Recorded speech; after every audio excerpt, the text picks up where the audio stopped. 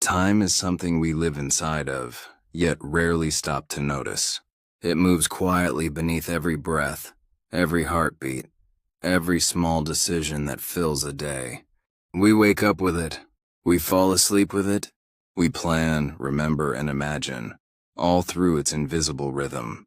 From the moment we open our eyes in the morning, time begins to shape us again. The alarm rings, light seeps through the curtains, and we know that another day has begun. That feeling of now arrives before we even think about it. That gentle awareness that we are here, alive, moving from one moment to the next. We mark our lives in hours and days. Yet what we really feel is much softer than the ticking of a clock. There's a flow to it like a quiet current. The past drifts behind us, fading into memory. The future waits just ahead, full of plans, hopes, and little unknowns. And between them lies this fragile thing we call the present. The only place we ever truly are. But even that slips away as we try to hold it. Every second, every heartbeat becomes memory as soon as we notice it. The now is always turning into then. Think of a simple day. You might wake, make breakfast, look at the clock and see that it's 8:30. You might remember something you forgot to do yesterday. You might plan something for tonight. In each of those thoughts, memory, awareness, anticipation, time quietly unfolds. You don't have to think about it, you just feel it. The warmth of coffee in your hands tells you that this morning is new. The memory of laughter with a friend tells you that yesterday happened. And the small spark of excitement about what's next tells you that tomorrow still waits.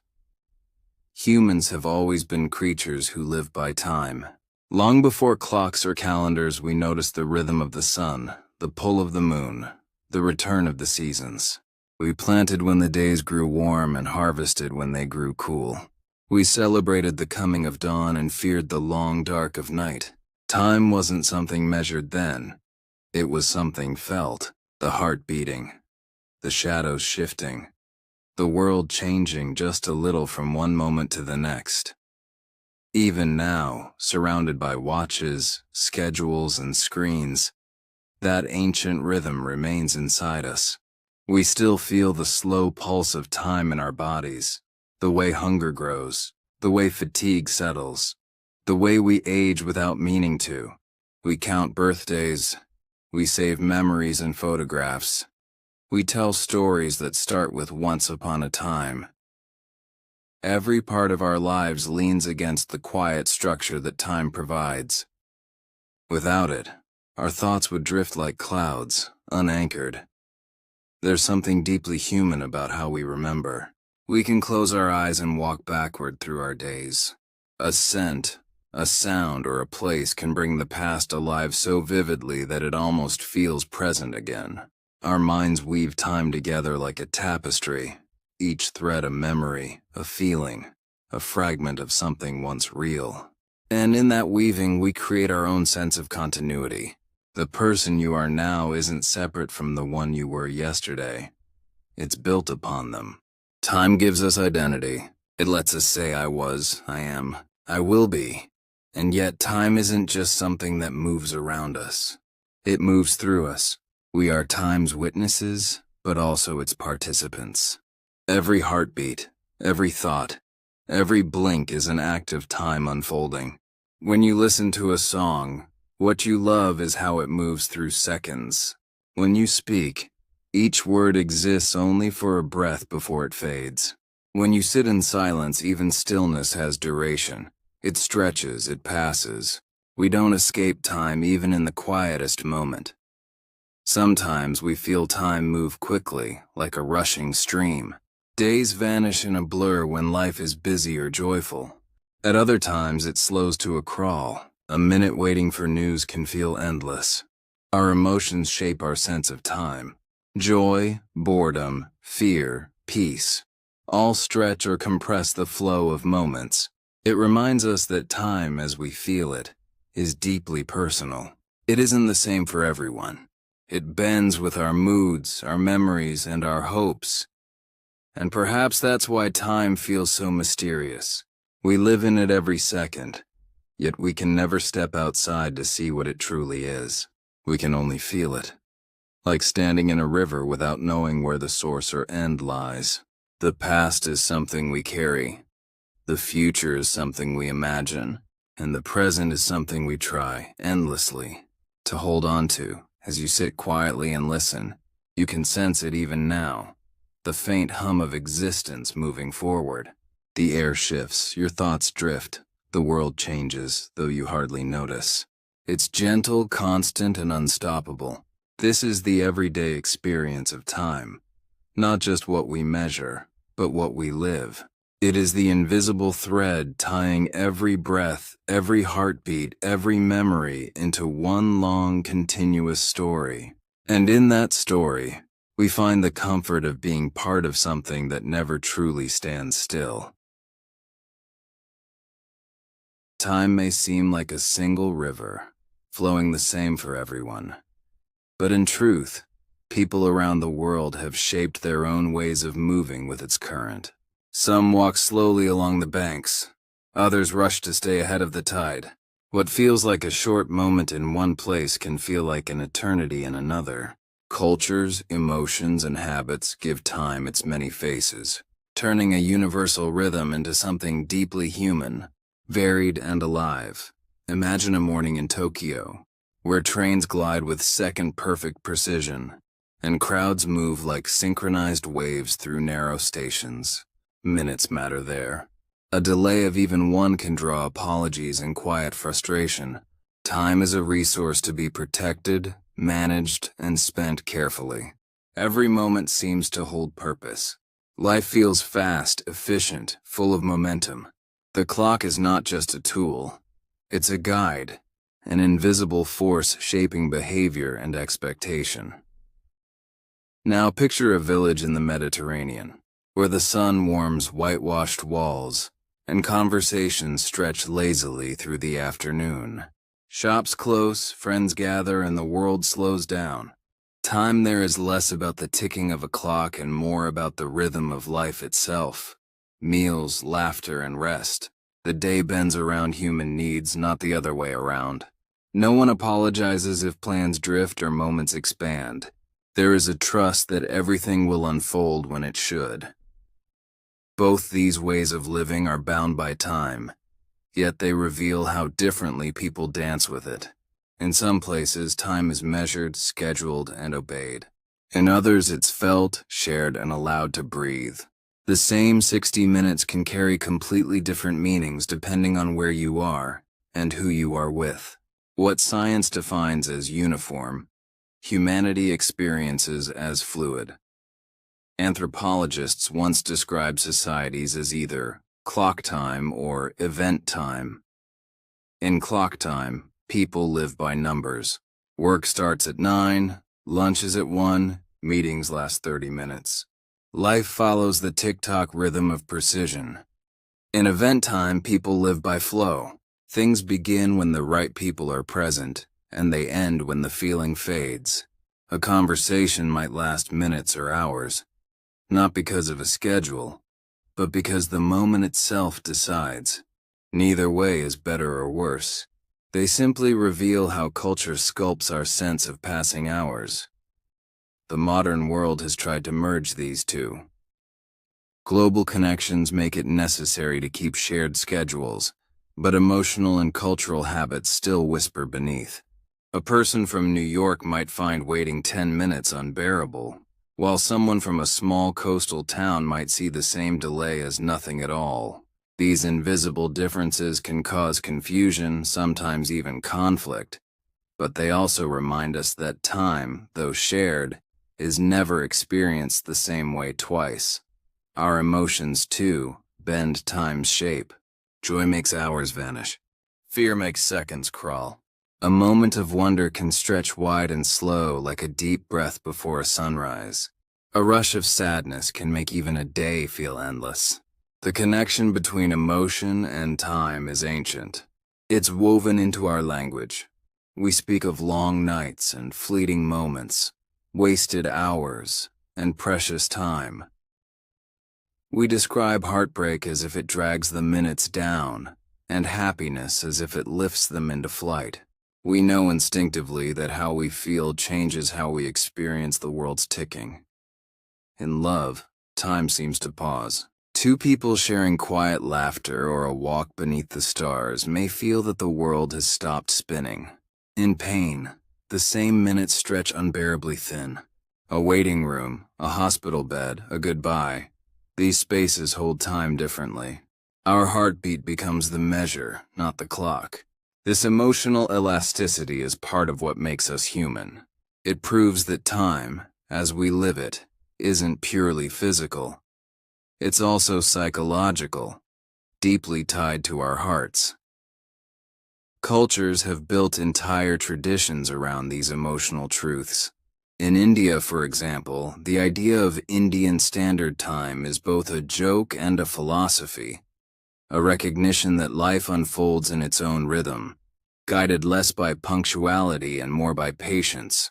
In contrast, in Northern Europe or Japan, punctuality is seen as a sign of respect, a way of honoring the shared rhythm of a community. In Latin America or parts of Africa, flexibility around time reflects warmth and connection. People value presence over precision. Time bends toward relationships. Every culture tells time through its values. Agricultural societies once followed the sun. Nomadic tribes watched the stars. Industrial cities followed factory whistles. Today, digital clocks flash on every screen, yet the heartbeat of each culture still beats at its own pace.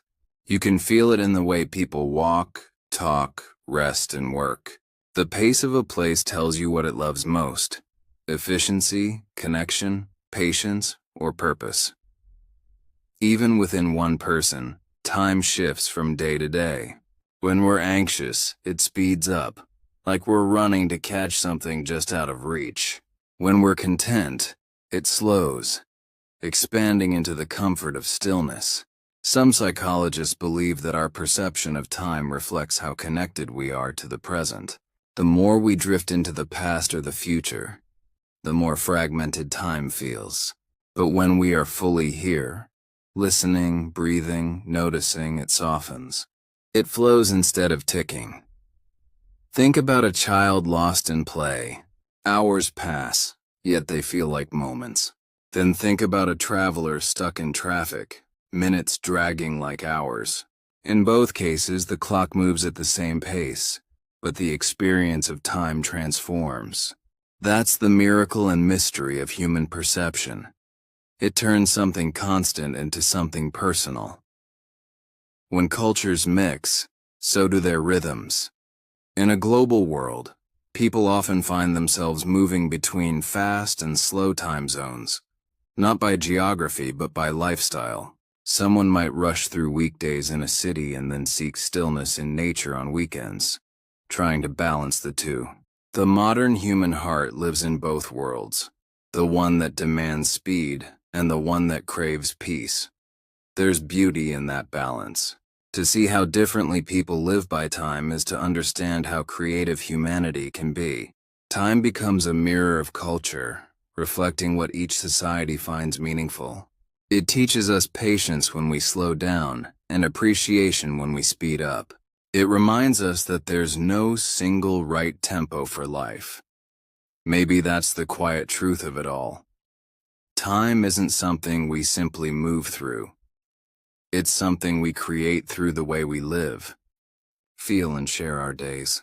Whether counted in seconds or savored in moments, it's shaped by our hearts, our histories, and our hopes. Across the world, the clock may tick the same, but every culture gives it a different song. We move through time as if it were the most obvious thing in the world. Seconds flow, moments follow one another, and we drift along without question. But beneath that feeling lies a strange possibility. That the flow of time, the very thing we trust with every heartbeat, might not be flowing at all. It might be something our minds create, a story our brains tell us so the world feels stable and continuous. The human brain is a remarkable storyteller.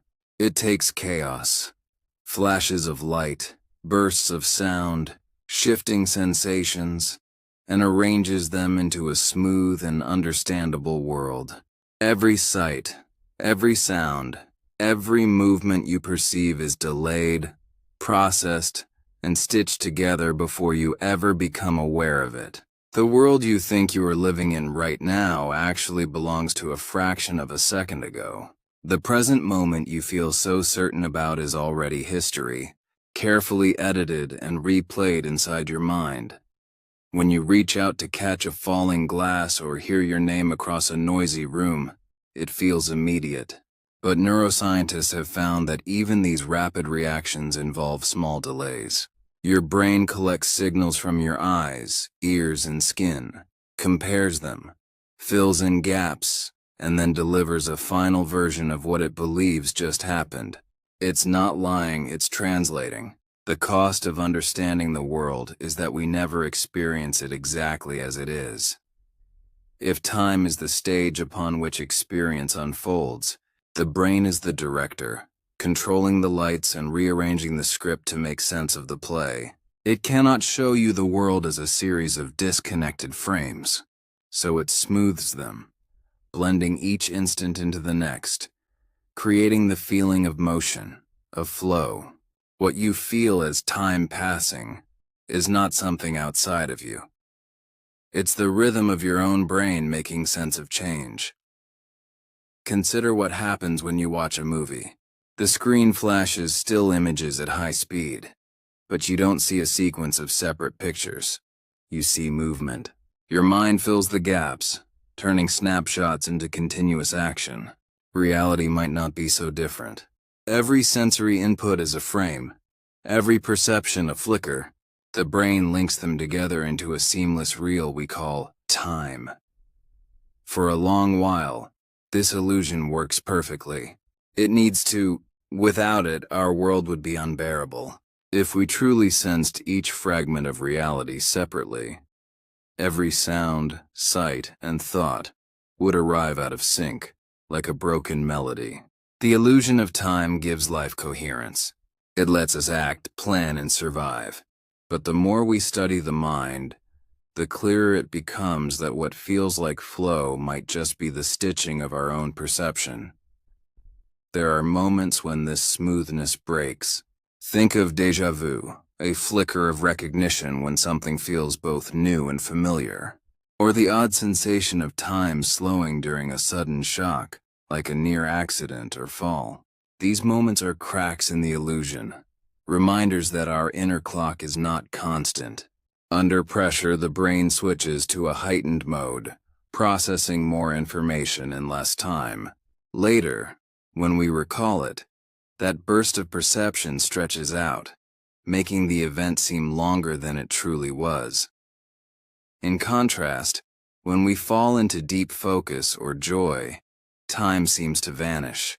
Minutes dissolve into hours, unnoticed. The brain, absorbed in flow, stops marking moments altogether. These shifts in awareness expose a truth.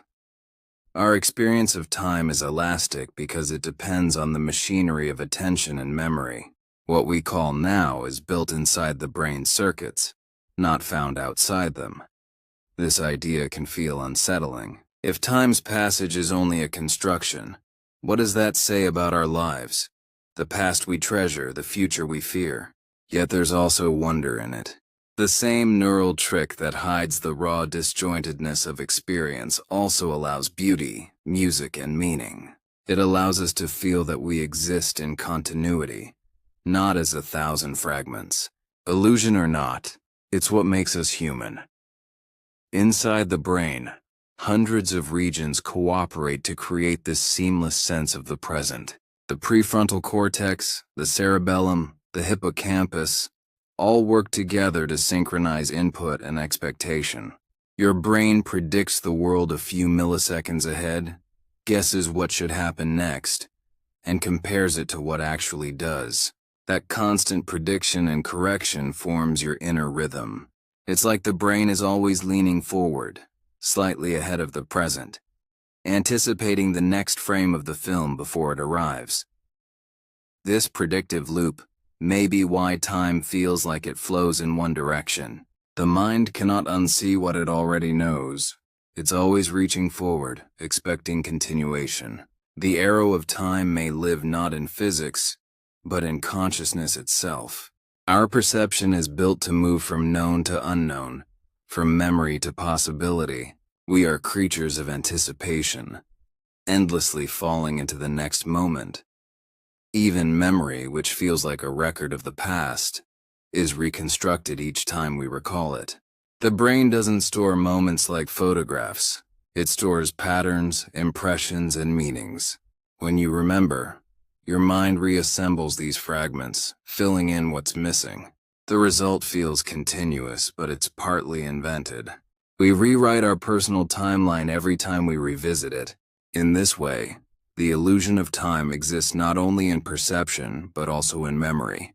The story of your life is a moving target, shaped anew each time you tell it.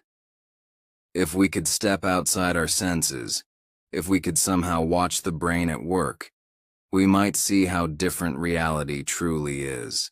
We'd see electrical storms flickering through neurons, bursts of chemical signals translating into feelings, thoughts, and awareness. There would be no past or future inside that network, only patterns of activity changing from one state to another. The sensation of time moving would be absent. What we experience as the stream of moments would collapse into a single vast process of perception. Some scientists have even suggested that time, as we perceive it, is like color, a product of the mind, not a property of the world. The universe may not be ticking at all. It may simply be a vast static landscape of events. The brain, journeying through that landscape, experiences movement because it can only process one slice at a time. Like a flashlight sweeping across a frozen mural, it creates motion out of stillness. That thought leaves a quiet ache, a strange mix of awe and humility. We live our whole lives trusting the rhythm of seconds, yet that rhythm may be nothing more than a clever illusion, one our minds weave to make existence comprehensible. Still, it's an illusion that feels real enough to build civilizations upon. We fall in love, dream, age, and remember, all guided by this invisible current. Whether or not time truly flows, our lives do, and that's what matters most. Maybe that's the paradox at the heart of being human, to sense time as a river while knowing it might only be the ripples of thought. The unease it brings doesn't have to be frightening. It can be freeing.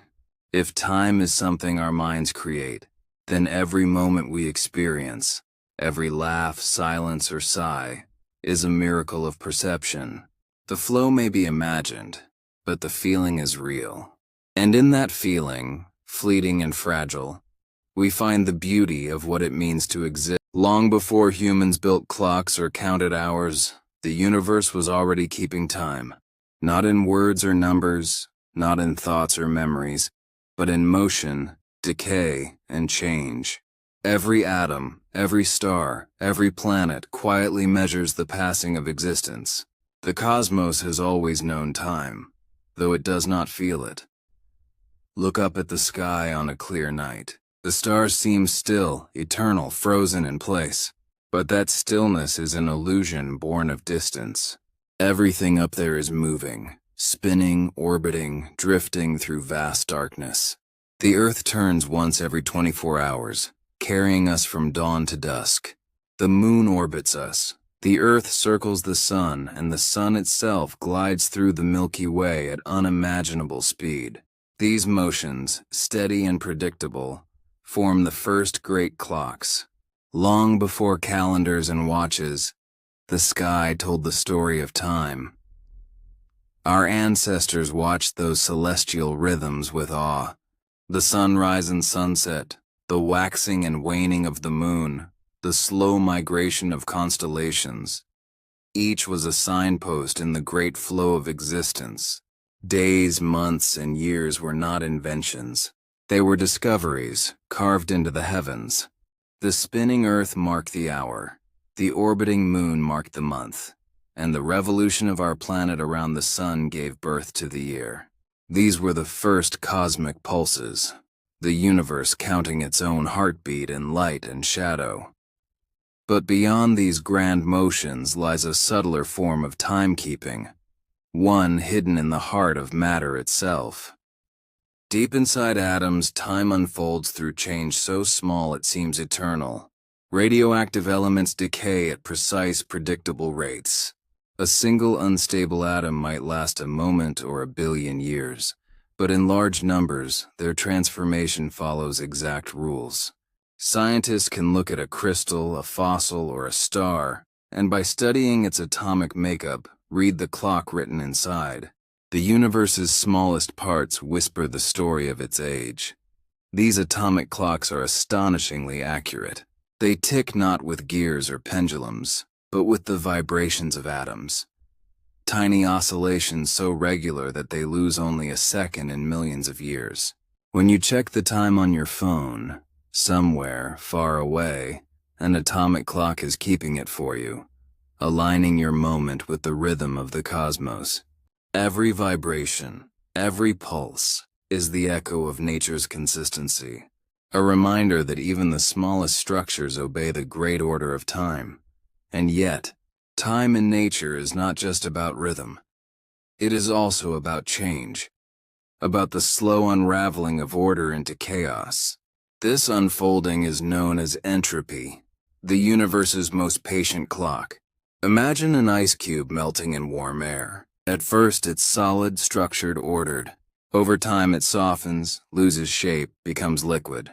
The molecules move more freely, energy spreads, and the system becomes more disordered.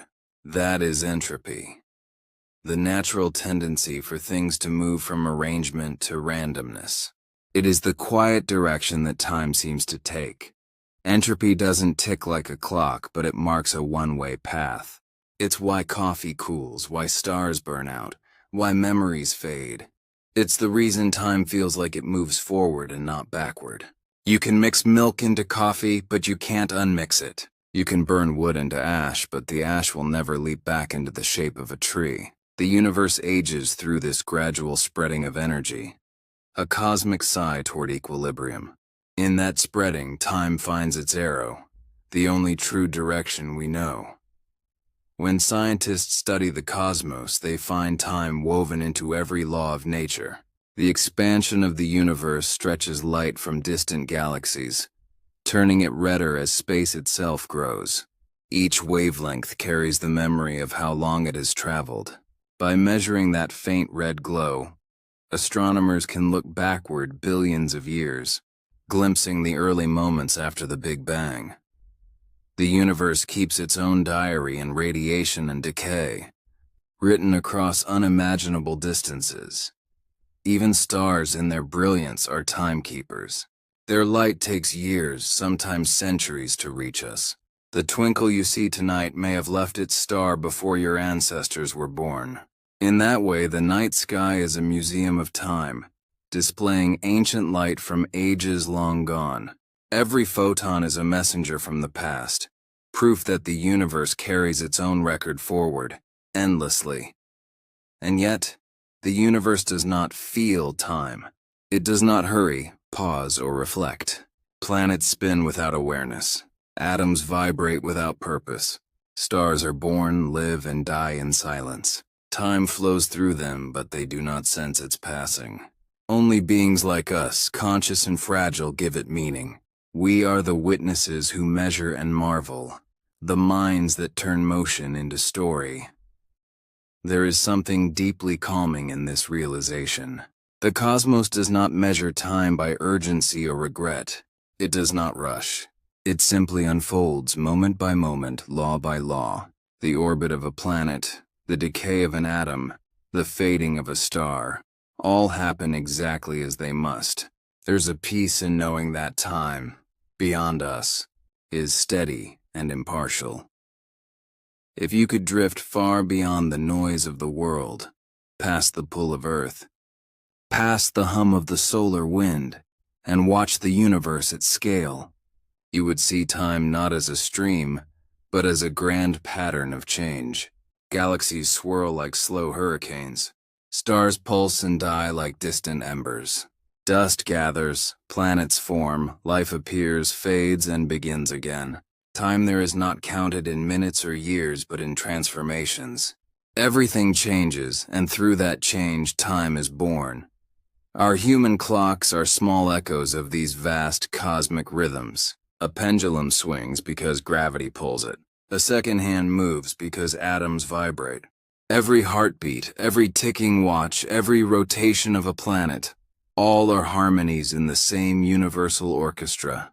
When we measure time, we are not imposing order upon chaos.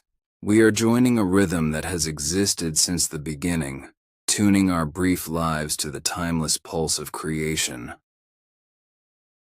Perhaps that's what makes the study of time in nature so humbling. It reminds us that even though we invented calendars and clocks, we didn't invent time itself. We merely learned to listen to the turning earth, the burning stars, the quiet hum of atoms, and the slow dance of entropy.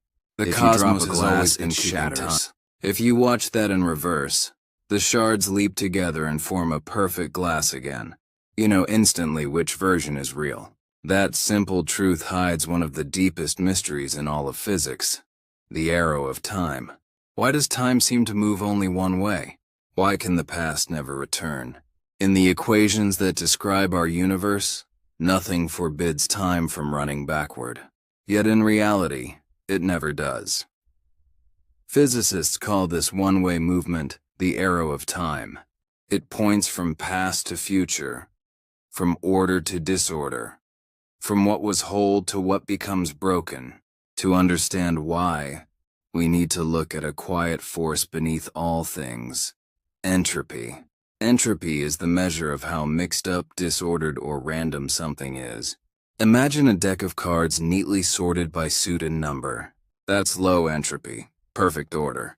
Shuffle the deck 100 times and you'll get chaos. That's high entropy. It's far easier to make a mess than to create order. The universe agrees. When the universe was born in the Big Bang, it was incredibly hot, dense, and strangely organized. Over billions of years, that perfect energy has spread out. Stars burn and fade, galaxies drift apart, and everything cools toward stillness. This gradual spreading of energy, this march from order to disorder, gives time its direction.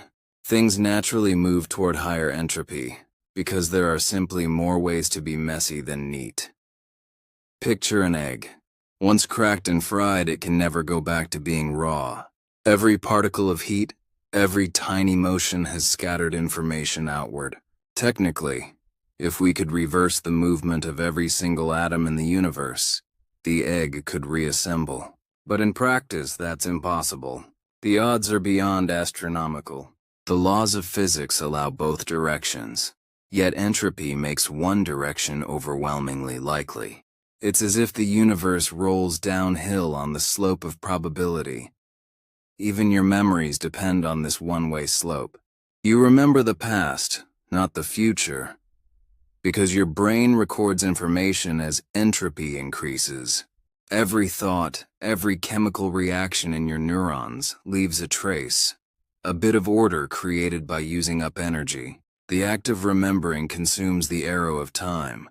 Without it, you couldn't know yesterday existed. The arrow of time is also tied to heat. When you touch something warm, energy flows into your hand. It never flows backward on its own. A hot cup of tea cools as its warmth spreads into the air, never the other way around. This one-way flow of heat was the first clue scientists used to describe time's direction. It's why old engines rust, ice melts, and stars burn out. It's why the universe itself will one day fade into a quiet, cold sea of equilibrium, what some call the heat death. Yet not all parts of nature obey this sense of flow equally. On the smallest scales, in the strange world of quantum physics, the rules blur.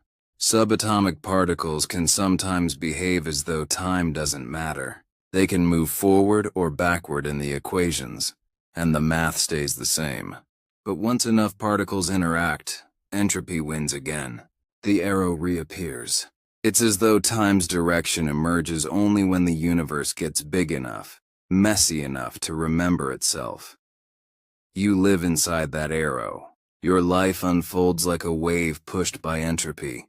From birth to age, from clarity to memory, from potential to history. Even stars are born, shine, and die within this cosmic current. Every sunset, every falling leaf, every cooling ember follows the same universal rhythm. The arrow doesn't just mark physics. It writes poetry into existence. And yet here lies a quiet puzzle. The fundamental laws of motion, the ones that govern atoms and galaxies alike, don't have a preferred direction. Time in the equations is just another variable. Like position or velocity, it can go both ways. But our universe started with astonishingly low entropy. An almost perfectly ordered beginning. That rare starting point set everything in motion. It's like dropping a marble on the tip of a mountain. There's only one way for it to roll. The arrow of time was born not from the laws of physics, but from the conditions of the cosmos itself. When you think about that, it feels humbling. Every moment you live is a tiny part of the universe's grand unraveling, a gentle drift from the improbable to the inevitable. The arrow of time isn't something that pushes you. It's something that unfolds through you. The warmth in your breath, the ticking of a clock, the decay of a star, all whisper the same secret. Time moves forward because disorder grows. And maybe, in that simple truth, there's beauty. The kind that exists only because things end. The arrow of time is not a curse. It's the silent rhythm that lets change exist, that turns chaos into story, and that gives every fleeting... Close your eyes for a moment and imagine every instant of your life. Your first breath, your next heartbeat, and your final sigh, existing all at once. Every moment you've ever lived and will ever live, laid out like pages in a book. You can only read one page at a time, but all the others are still there, waiting. That's what modern physics suggests time might truly be. Not something that flows, but something that is. Einstein's theory of relativity shattered our common-sense idea of time as a river moving forward. He showed that time and space are not separate. They're woven together into one grand fabric called space-time. When something massive, like a planet or a star, bends this fabric, both space and time curve around it. And here's the strange part. There's no single, universal now. Each observer carries their own slice of time, depending on how they move and where they are. If two people travel differently through the universe, their clocks won't agree. Time for one might slow down compared to the other. Experiments have proven this again and again. Atomic clocks flown around the Earth tick slightly differently than those left on the ground. The faster you move, or the closer you are to strong gravity, the slower time passes for you. So, if now depends on motion and gravity, then there isn't one universal moment sweeping through the cosmos. Instead, every moment, past, present, and future, coexists in a single static structure. This idea is called the block universe. In the block universe view, the universe is like a giant crystal of space-time, four-dimensional and complete. Every event, the birth of a star, the flicker of a candle, your thought right now, exists eternally within that structure. Nothing flows from one moment to another. It's all there, already written. We experience time passing because our consciousness moves through this block, one moment at a time, like a light scanning through a film reel. The movie doesn't move, the light does. That realization can feel unsettling. We feel so sure that time moves, that the past is gone, and the future hasn't happened yet. But relativity says those boundaries might be illusions created by our perspective. In one frame of reference, two events might seem simultaneous. In another, one clearly comes before the other. There's no cosmic master clock ticking in the sky. The universe doesn't update itself second by second. It simply is. Think of space-time as a vast landscape. Each hill and valley represents an event. You, as a conscious observer, walk along a single path, your world line, through this landscape. You remember where you've been, but you cannot yet see what lies ahead, though it's already there, etched into the terrain. Your feeling of motion, of becoming, is the mind's way of stitching experiences together. In the block universe, death isn't really an erasure. It's just a location. The moment of your birth, your laughter, your last breath, all exist eternally in the fabric of space-time. We move through them, but they don't vanish. That thought can feel eerie, but also strangely comforting. Every joy and sorrow, every heartbeat, remains forever recorded in the structure of reality.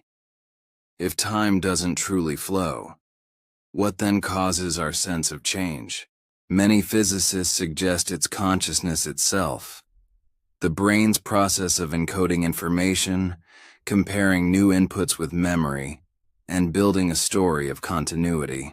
The mind creates a moving now, even if the universe stays still. You could say we are time's illusionists, weaving motion into stillness. Even entropy, that great marker of the arrow of time, doesn't necessarily prove flow. It simply describes how states are arranged in the block. In one region, entropy is low, a young, ordered universe. In another, it's high, a cold, fated cosmos. To us, those differences feel like before and after. But in the block view, they're just different coordinates on the same eternal map. This concept was hinted at by Einstein himself. When his lifelong friend Michel Besso died, Einstein wrote that Besso had departed from this strange world a little ahead of me. That means nothing. For us, believing physicists, the distinction between past, present, and future is only a stubbornly persistent illusion. In the block universe, nothing truly begins or ends. The entire story of existence is laid out in full, from the first spark of the Big Bang to the last whisper of cosmic silence. You and everything you love are woven into that timeless structure. You don't move through time. Time simply locates you. This vision of reality can feel both cold and magnificent. Cold, because it seems to strip away the romance of change, the thrill of becoming. Magnificent, because it paints existence as a masterpiece already complete. A cosmic painting with every color already placed, every brushstroke eternal. Imagine standing outside time, seeing every heartbeat, every galaxy, every moment from birth to heat death as one luminous sculpture. You'd witness not motion, but pattern, the full shape of reality. From that higher view, nothing is lost. Nothing truly passes. What we call time might be only the narrow tunnel through which human awareness wanders, believing it's on a journey, when in truth it's part of a still and perfect whole. So maybe the flow of time isn't something that happens to us. Maybe it's something we feel because we can't see the entire picture. We live our lives inside a universe that's already complete, and our minds turn that completeness into a story of motion. The block universe doesn't erase meaning. It deepens it. It tells us that every instant, every life, every flash of existence has always been and will always be. The present moment isn't racing through an empty void. It's resting gently among all others, part of an eternal. We speak of time as if it were a river. Seconds trickle like streams. Hours rush like currents. Days tumble past like waterfalls. It's a language so old and familiar that we rarely pause to notice it. From childhood, we are taught that time moves, that the past slips behind us and the future waits ahead. Yet when we examine this language closely, we see that it is not science but story, not physics but poetry. Time flows in our minds because we imagine it so. The river metaphor feels natural because it mirrors the way we experience change. A day begins, unfolds, and ends. We eat, sleep, work, play, and rest. Memories drift behind us like leaves on a stream. Plans and hopes hover ahead, shimmering on the horizon. This movement is undeniable. We live it every second. But the flow is an interpretation, a narrative we tell ourselves to make sense of a series of moments. Even in our earliest cultures, time was described in terms of movement. Ancient civilizations observed the sun rising and setting, the moon cycling through phases, rivers swelling and receding. Language followed observation. Days pass, weeks flow, seasons drift. These metaphors were tools, ways to relate abstract phenomena to tangible experience. They made the invisible passage of moments comprehensible, yet they also planted a story, the story of time as a current carrying us forward. Poetry and literature amplify this sense. Writers speak of the river of life, of moments slipping through fingers, of memories floating downstream. Our minds are drawn to these images because they feel right.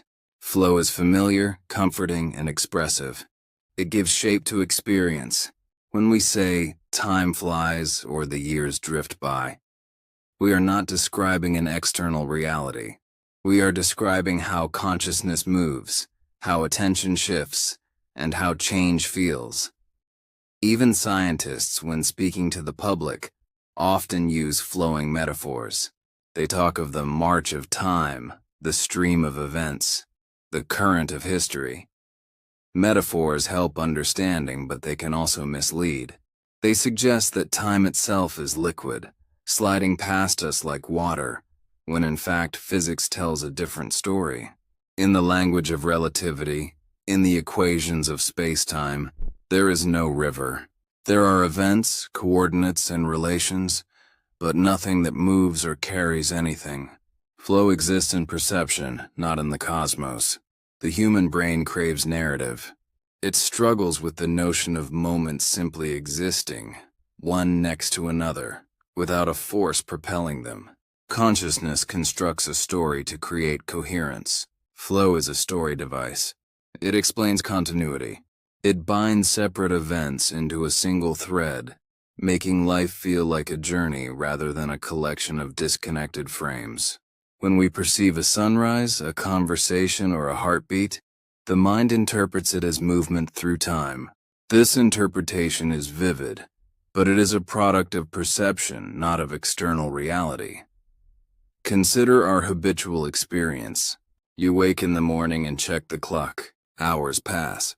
You eat, you walk, you work, and by evening, you reflect on the day that has gone by.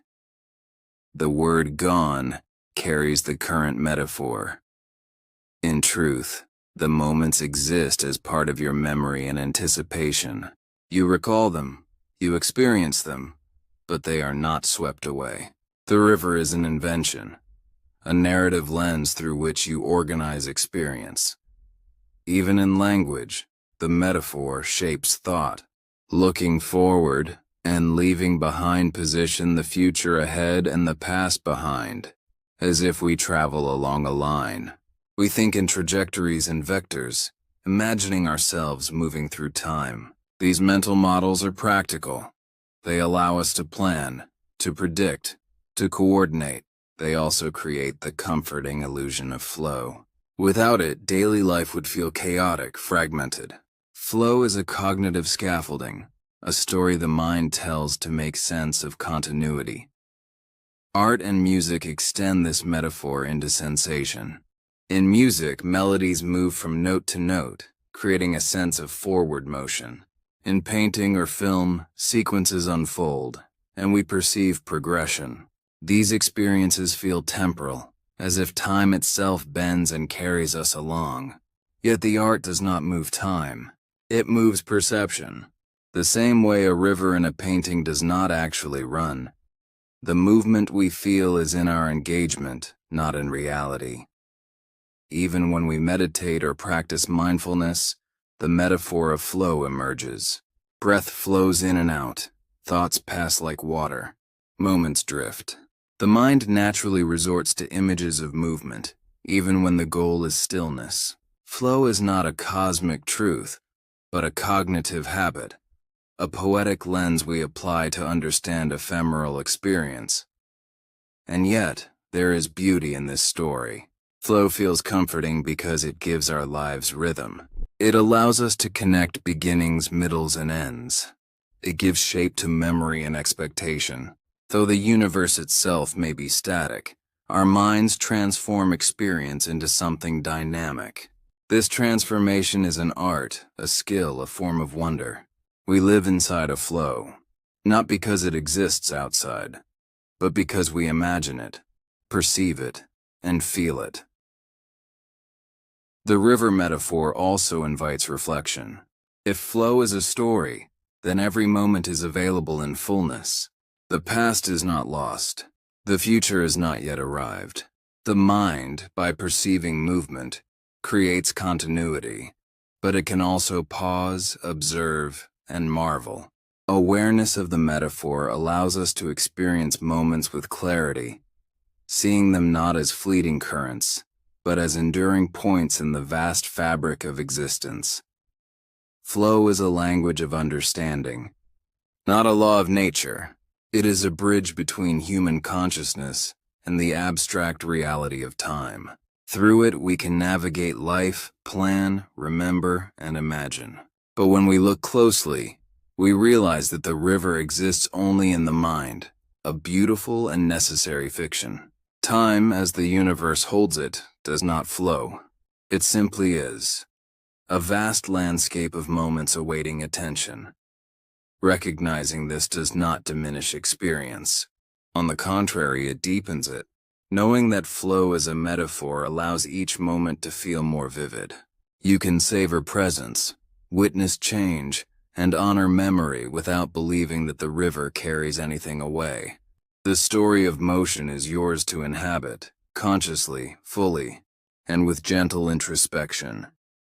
Flow is the mind's gift, a poetic interpretation that helps navigate reality, a lens through which life becomes comprehensible, continuous, and meaningful. The universe may be static, but consciousness gives it rhythm, continuity, and pulse. Every tick, every heartbeat, every thought is part of a moving narrative, imagined by the mind, experienced as life. In the end, the river of time may be only a metaphor, but it is one that shapes how we live, love, and remember. It is the story we tell ourselves to make sense of the endless points of existence, binding moments into the fragile, radiant tapestry of experience. Every moment you experience seems to arrive on its own, like a self-propelled arrow moving steadily from past to future. You feel it, notice it, and live through it, unaware that much of this sense is a construction. What you perceive as the flow of time is inseparable from your act of observing, from the ways consciousness stitches separate events into the illusion of continuity. We inhabit a trap of our own minds. The more we watch time, the more we believe it moves. Consider the simplest experiences: seeing a ball fall, hearing a note in a song, recalling a memory. Each seems immediate, continuous, and inevitable. Yet in reality, every perception is a reconstruction, assembled from fragments. Sensory signals travel through neurons at finite speeds, delayed by milliseconds or more. And the brain reconstructs a coherent now from this asynchronous information. What feels like instant awareness is already slightly in the past. The present we trust is a composite, created to guide action efficiently and seamlessly. The observer doesn't just witness events, The observer defines them. Each perception is colored by attention, expectation, and prior knowledge. Your brain chooses which events matter and which fade, which edges of a visual scene to sharpen, and which details to blur. It's not just that you see reality. You interpret it, prioritize it, and weave it into a flowing narrative. The arrow of time is inextricable from the process of watching, remembering, and anticipating. Without a conscious observer, the world's events would exist in a static, unordered tapestry. Physics echoes this principle. In quantum mechanics, observation has profound consequences. Certain properties of particles remain undefined until they are measured. Only the act of observation crystallizes one outcome from many possibilities. On microscopic scales, the universe refuses to commit until it is watched. This suggests that the apparent sequence of events, the order of cause and effect, depends on the observer. Time, in this sense, is not just what the universe does. It is what consciousness perceives. This idea stretches from atoms to everyday life. When you remember breakfast this morning, your memory does not replay a perfect film.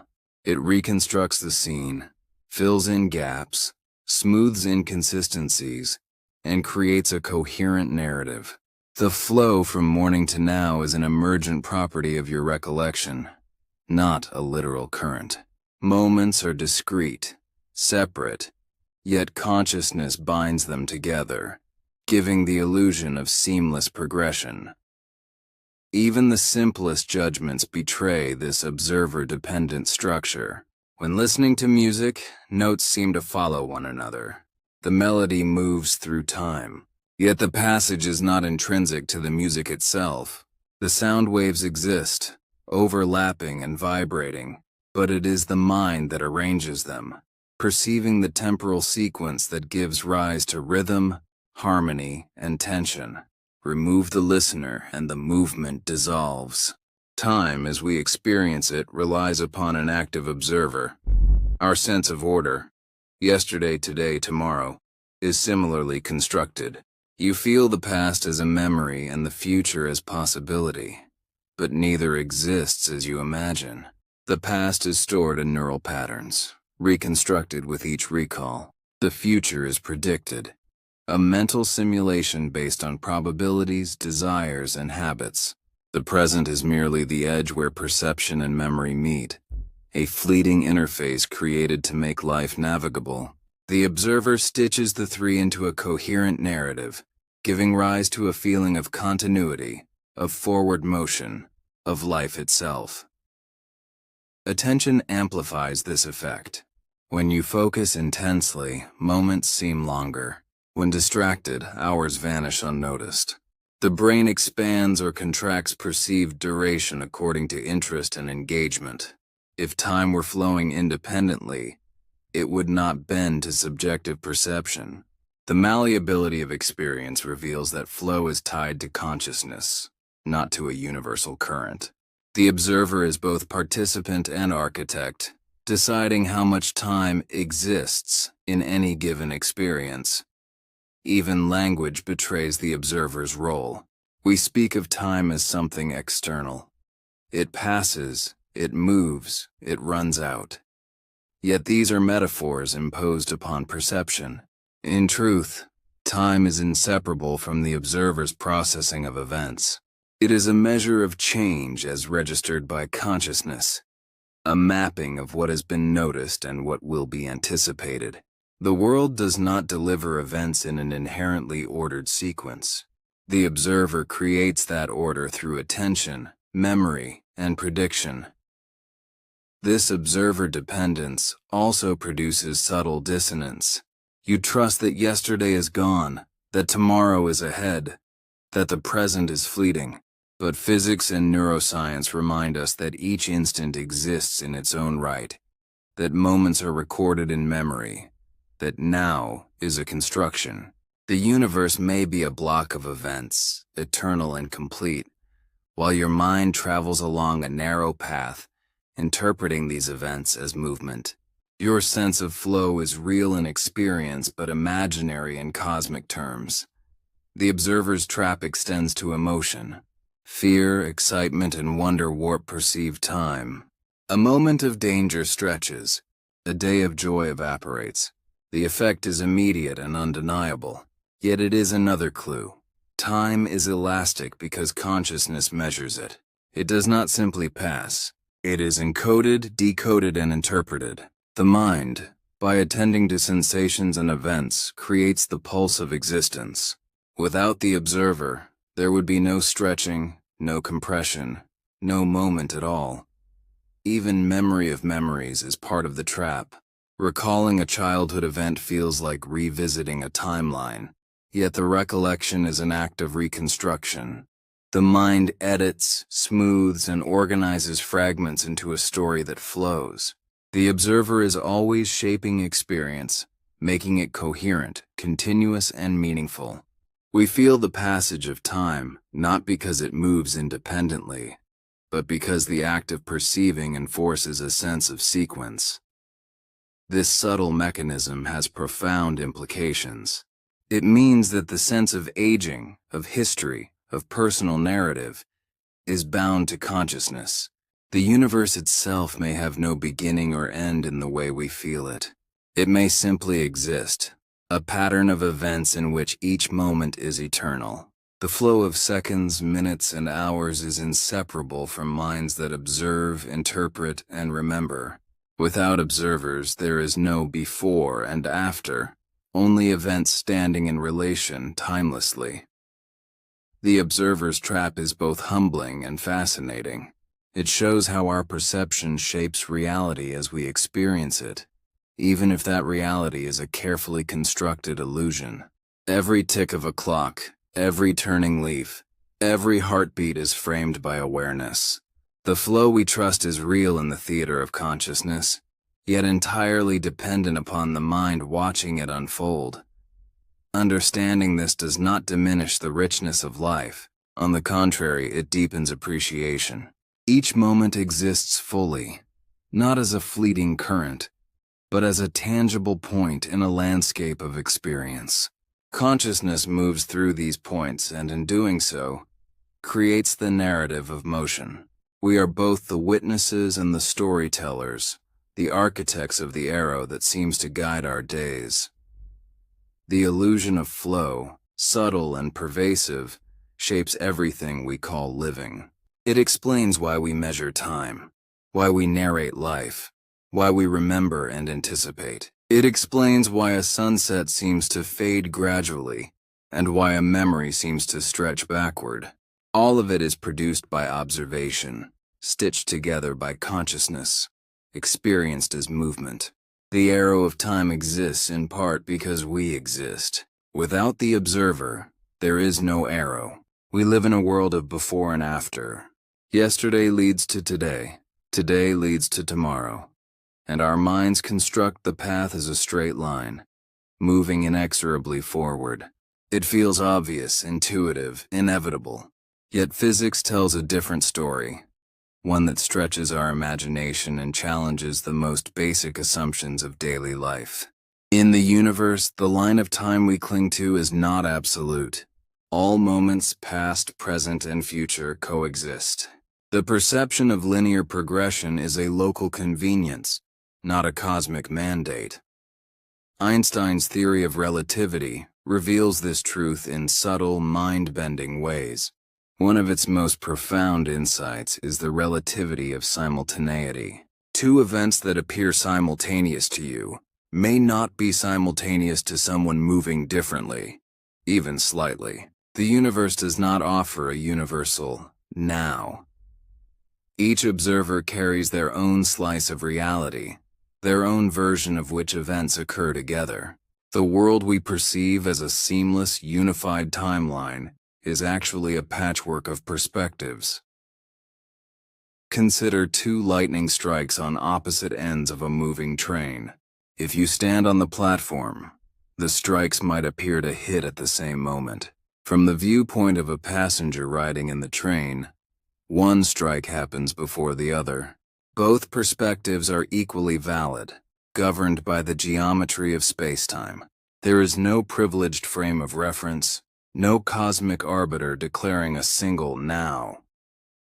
The order of events depends on where and how you move through the universe. Linear thinking, in this sense, is a convenient fiction.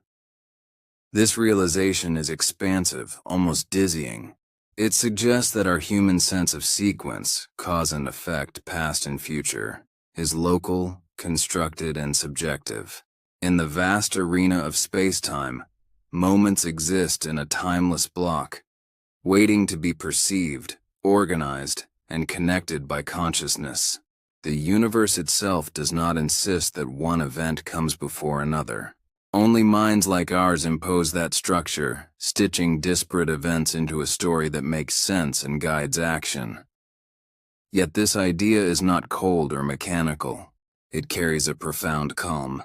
If all moments exist simultaneously, then nothing is truly lost. The joys of yesterday, the sorrows of yesterday, the entire spectrum of lived experience persists eternally in the fabric of space-time. The same is true for the future. Possibilities are present now, already woven into the block universe. What feels like uncertainty is simply our position along a path, our awareness moving through an already complete structure. Timeless reality invites a shift in perspective.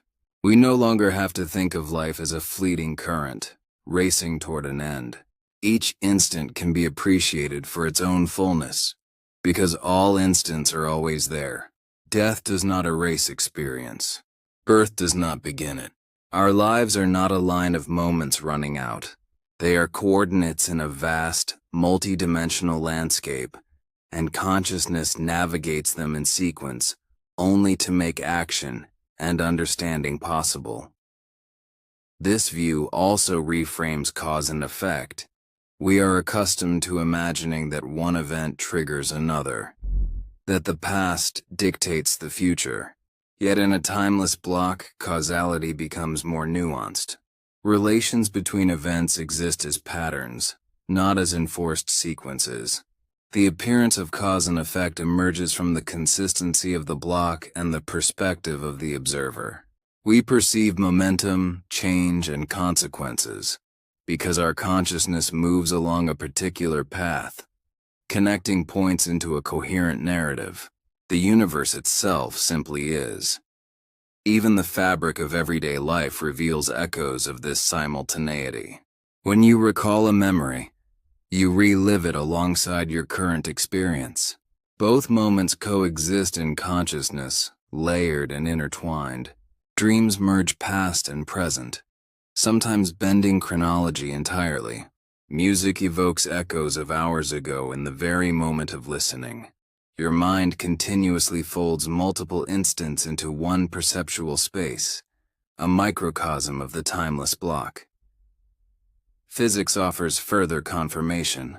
Light from distant stars reaches us not because it travels through time, but because the structure of space-time allows for its presence at our location now. That light carries information from billions of years ago. Yet in the larger block, now on Earth and then at the star coexist. Distance and motion create apparent sequence, but fundamentally, all events are embedded in a single eternal framework. The universe is already complete. Our perception of progression is a navigational tool, not a statement of universal truth. Contemplating this can evoke serenity. Linear time often imposes pressure, deadlines, aging, decay. But if all moments coexist, the anxiety of the clock loses some of its bite. You can move through experience deliberately, knowing that every sensation, choice, and thought exists in full, timelessly. Life is not rushing to an end, but unfolding within a stable and enduring structure. Awareness can expand, and with it, the mind can embrace a sense of continuity that is both vast and gentle. Relativity of simultaneity also challenges everyday assumptions about here and there. 2. Observers moving differently may disagree. about which events occur together in space. The universe has no fixed global present. Instead, it offers a landscape of possibilities, coordinates, and relations. Human perspective imposes order, drawing lines where there are none. Our minds craft the experience of a coherent narrative because we require it to act, remember, and anticipate.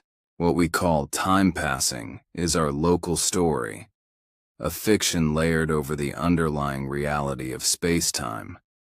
This expanded vision encourages a contemplative approach to life. If all moments exist, then presence becomes richer, not fleeting. Each second can be fully inhabited, without obsession over what has gone or worry over what is to come. Every choice, every glance, every thought can be appreciated as part of a timeless tapestry, waiting for consciousness to navigate it. The linear, urgent pressures of life soften, replaced by an expansive calm, born from seeing life as multidimensional and eternal.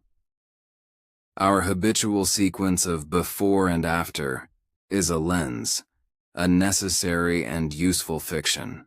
It allows survival, planning, memory, and understanding. Yet stepping beyond linear thinking reveals that this lens is just one way of organizing perception. All moments coexist.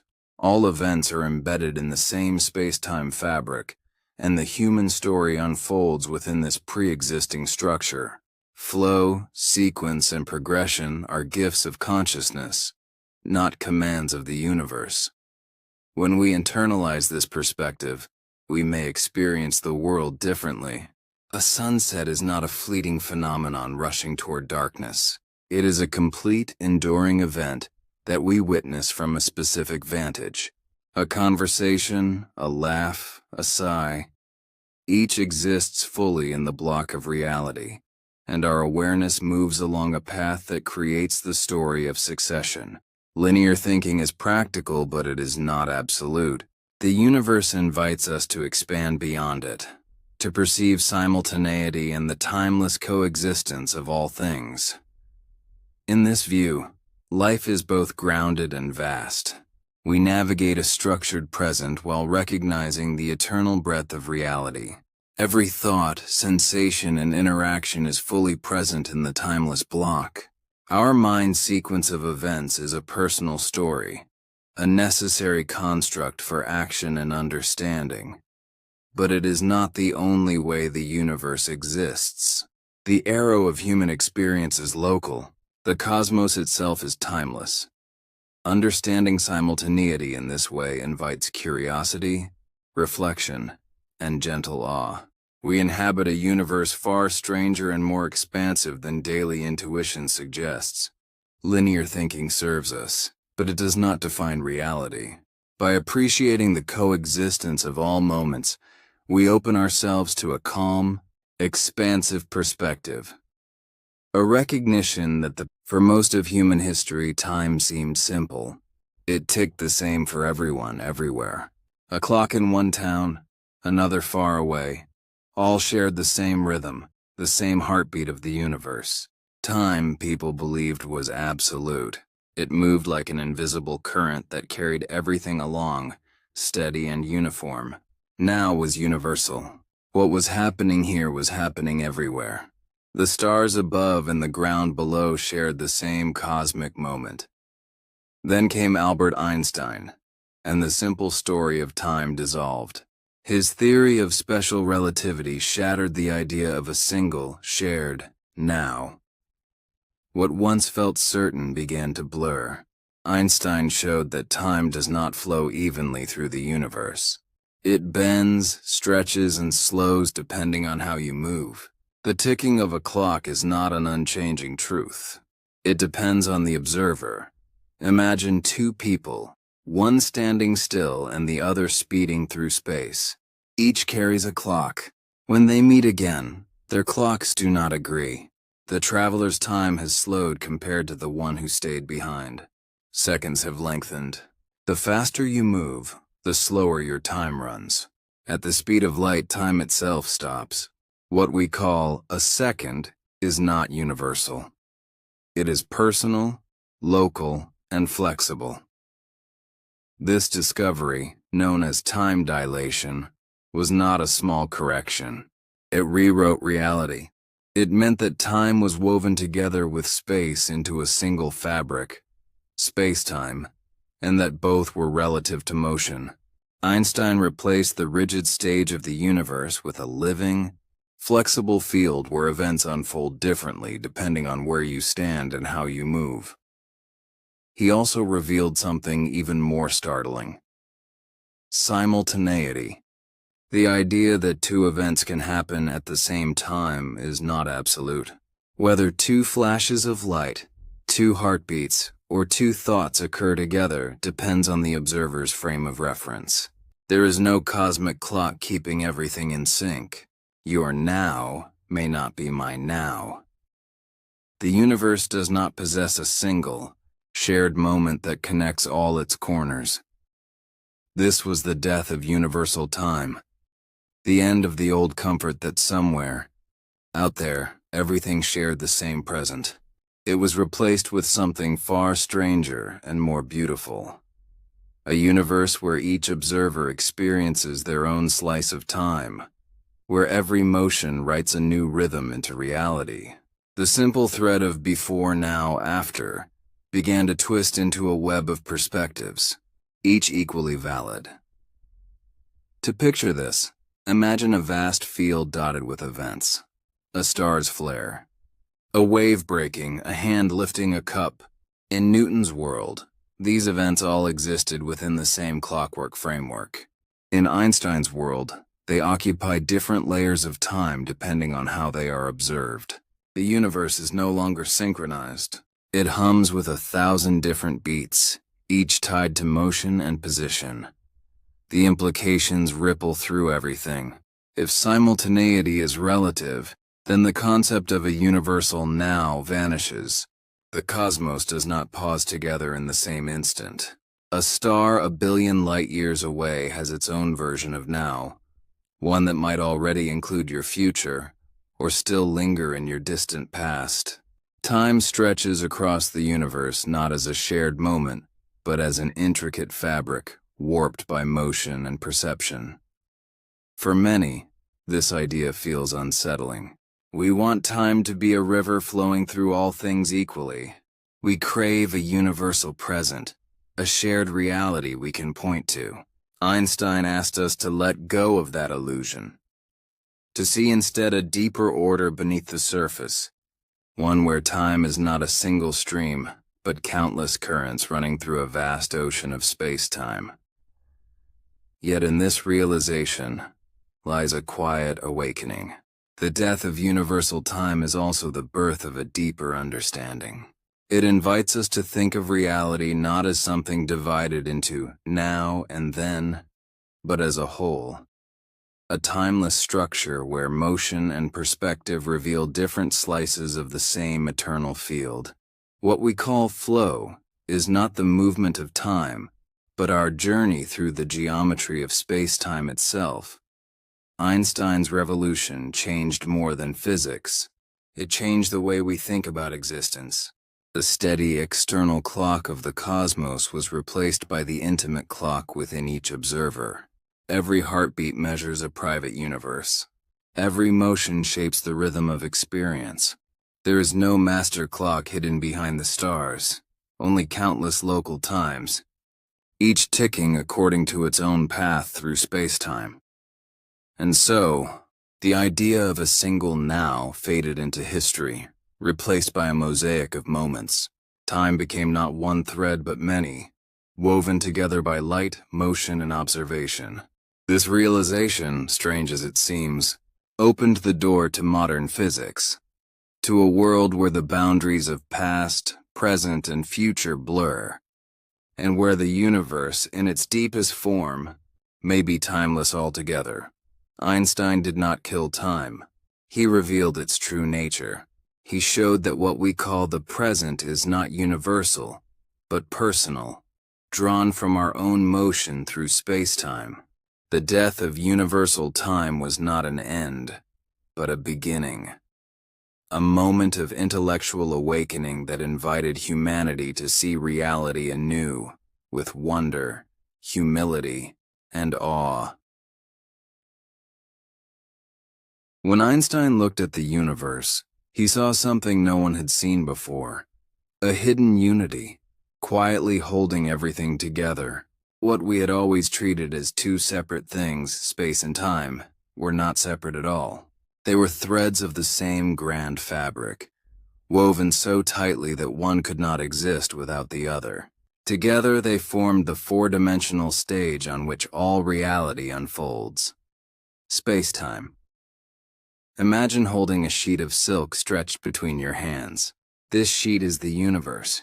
Every point on it represents both a place and a moment, both location and time. When nothing disturbs it, the sheet is flat and calm. Events, stars burning, atoms vibrating, hearts beating, occur across it in a perfect pattern, but the sheet is not rigid. It bends, it dips, it ripples. Matter and energy press into it, shaping its geometry. The greater the mass, the deeper the curve. This was the breathtaking leap that became Einstein's general theory of relativity. Gravity is not a mysterious pulling force. It is the bending of space-time itself. A planet orbiting a star is not being tugged by an invisible rope. It is simply following the curved path laid down by the star's mass. The Earth moves around the sun, not because the sun pulls it, but because the sun warps the geometry of the universe in its neighborhood. Earth rolls along that curve like a marble in a shallow bowl, forever falling but never hitting the bottom. Time, too, bends. Where gravity is strong, time slows down. The deeper a clock sits in a gravitational well, the slower it ticks. A clock on a mountaintop runs slightly faster than one at sea level. Near a black hole, the slowing becomes extreme. To an outside observer, time for something falling into a black hole appears to nearly stop at the edge, the event horizon, though for the falling object, time continues normally. This is not an illusion of vision. It is a property of geometry itself. Time and space are intertwined so completely that changing one inevitably changes the other. Einstein's equations made it possible to see the universe not as a collection of things in motion through time, but as a structure, a vast four-dimensional sculpture where every event, past and future, already exists within the folds of space-time. The curvature of this structure determines the paths that light and matter follow, just as the shape of a landscape guides the flow of water. If you could step outside of space-time and view it all at once, you would not see movement as we experience it. You would see everything everywhere forever, each event fixed in its own position within the grand geometry. The birth of the earth, the rise of mountains, the flicker of your heartbeat, they would all coexist as patterns in the same eternal fabric. The sense of now of flow would vanish. You would see time not as something passing, but as something shaped. Einstein's insight brought both clarity and wonder. Space and time, once thought to be the passive background of the universe, were alive with structure and motion of their own. Mass told space-time how to curve, and curved space-time told mass how to move. Everything was connected, every motion a conversation between geometry and matter. The universe was no longer a stage, it was the play itself. To visualize this, think of light traveling through space. Light always moves at the same speed, but its path can bend when it passes near something massive. This bending of light, called gravitational lensing, lets us glimpse the invisible shape of space-time itself. When astronomers observe light curving around distant galaxies, they are watching geometry in motion, seeing space and time flex under the weight of the cosmos. Even the passing of time as we feel it depends on this geometry.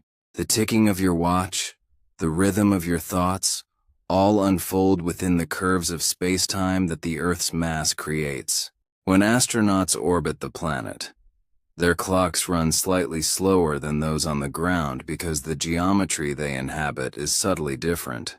Without correcting for these differences, the GPS satellites guiding our phones would drift out of sync. The geometry of space-time is not an abstract idea. It shapes every moment of our lives. There is a quiet elegance in this vision. Instead of invisible forces tugging at distant objects, the universe becomes a self-consistent whole, guided by form and curvature. Mountains, oceans, stars, and galaxies are simply expressions of this geometry. Every orbit, every ripple of light, every second that passes arises from the same invisible fabric. Time, as we live it, is not a separate thread but one direction through this woven field.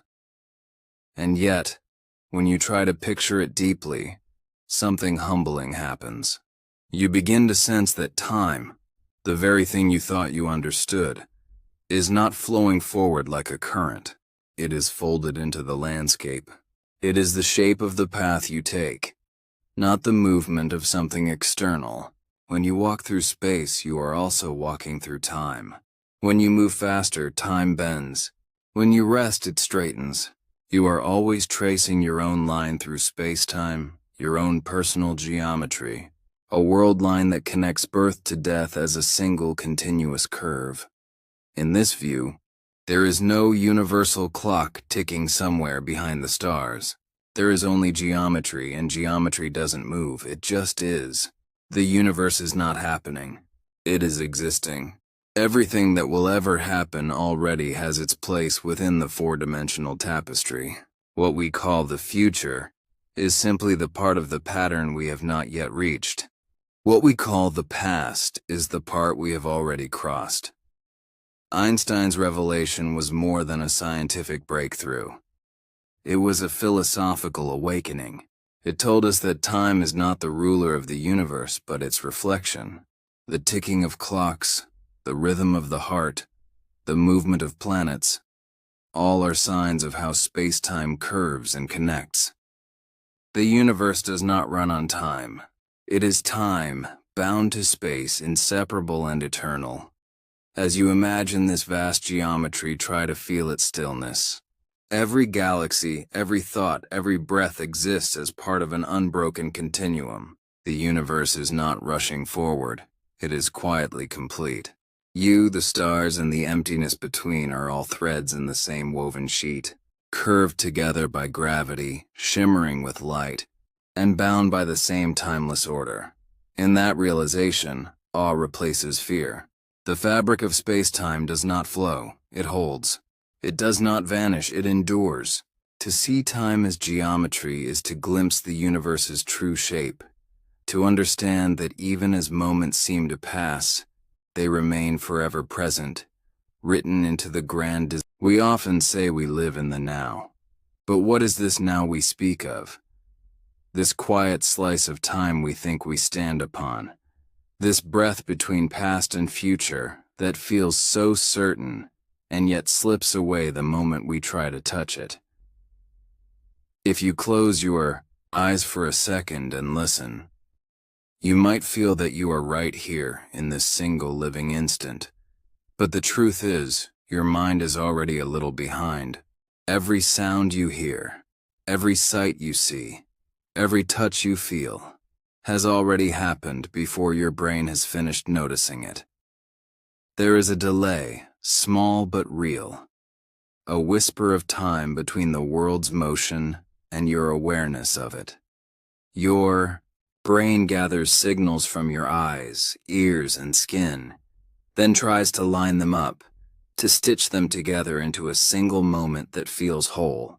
But in doing this, it must wait just a tiny bit to collect enough data to be sure what is happening. This waiting, this stitching, creates what we call the present. It is not the world's true now.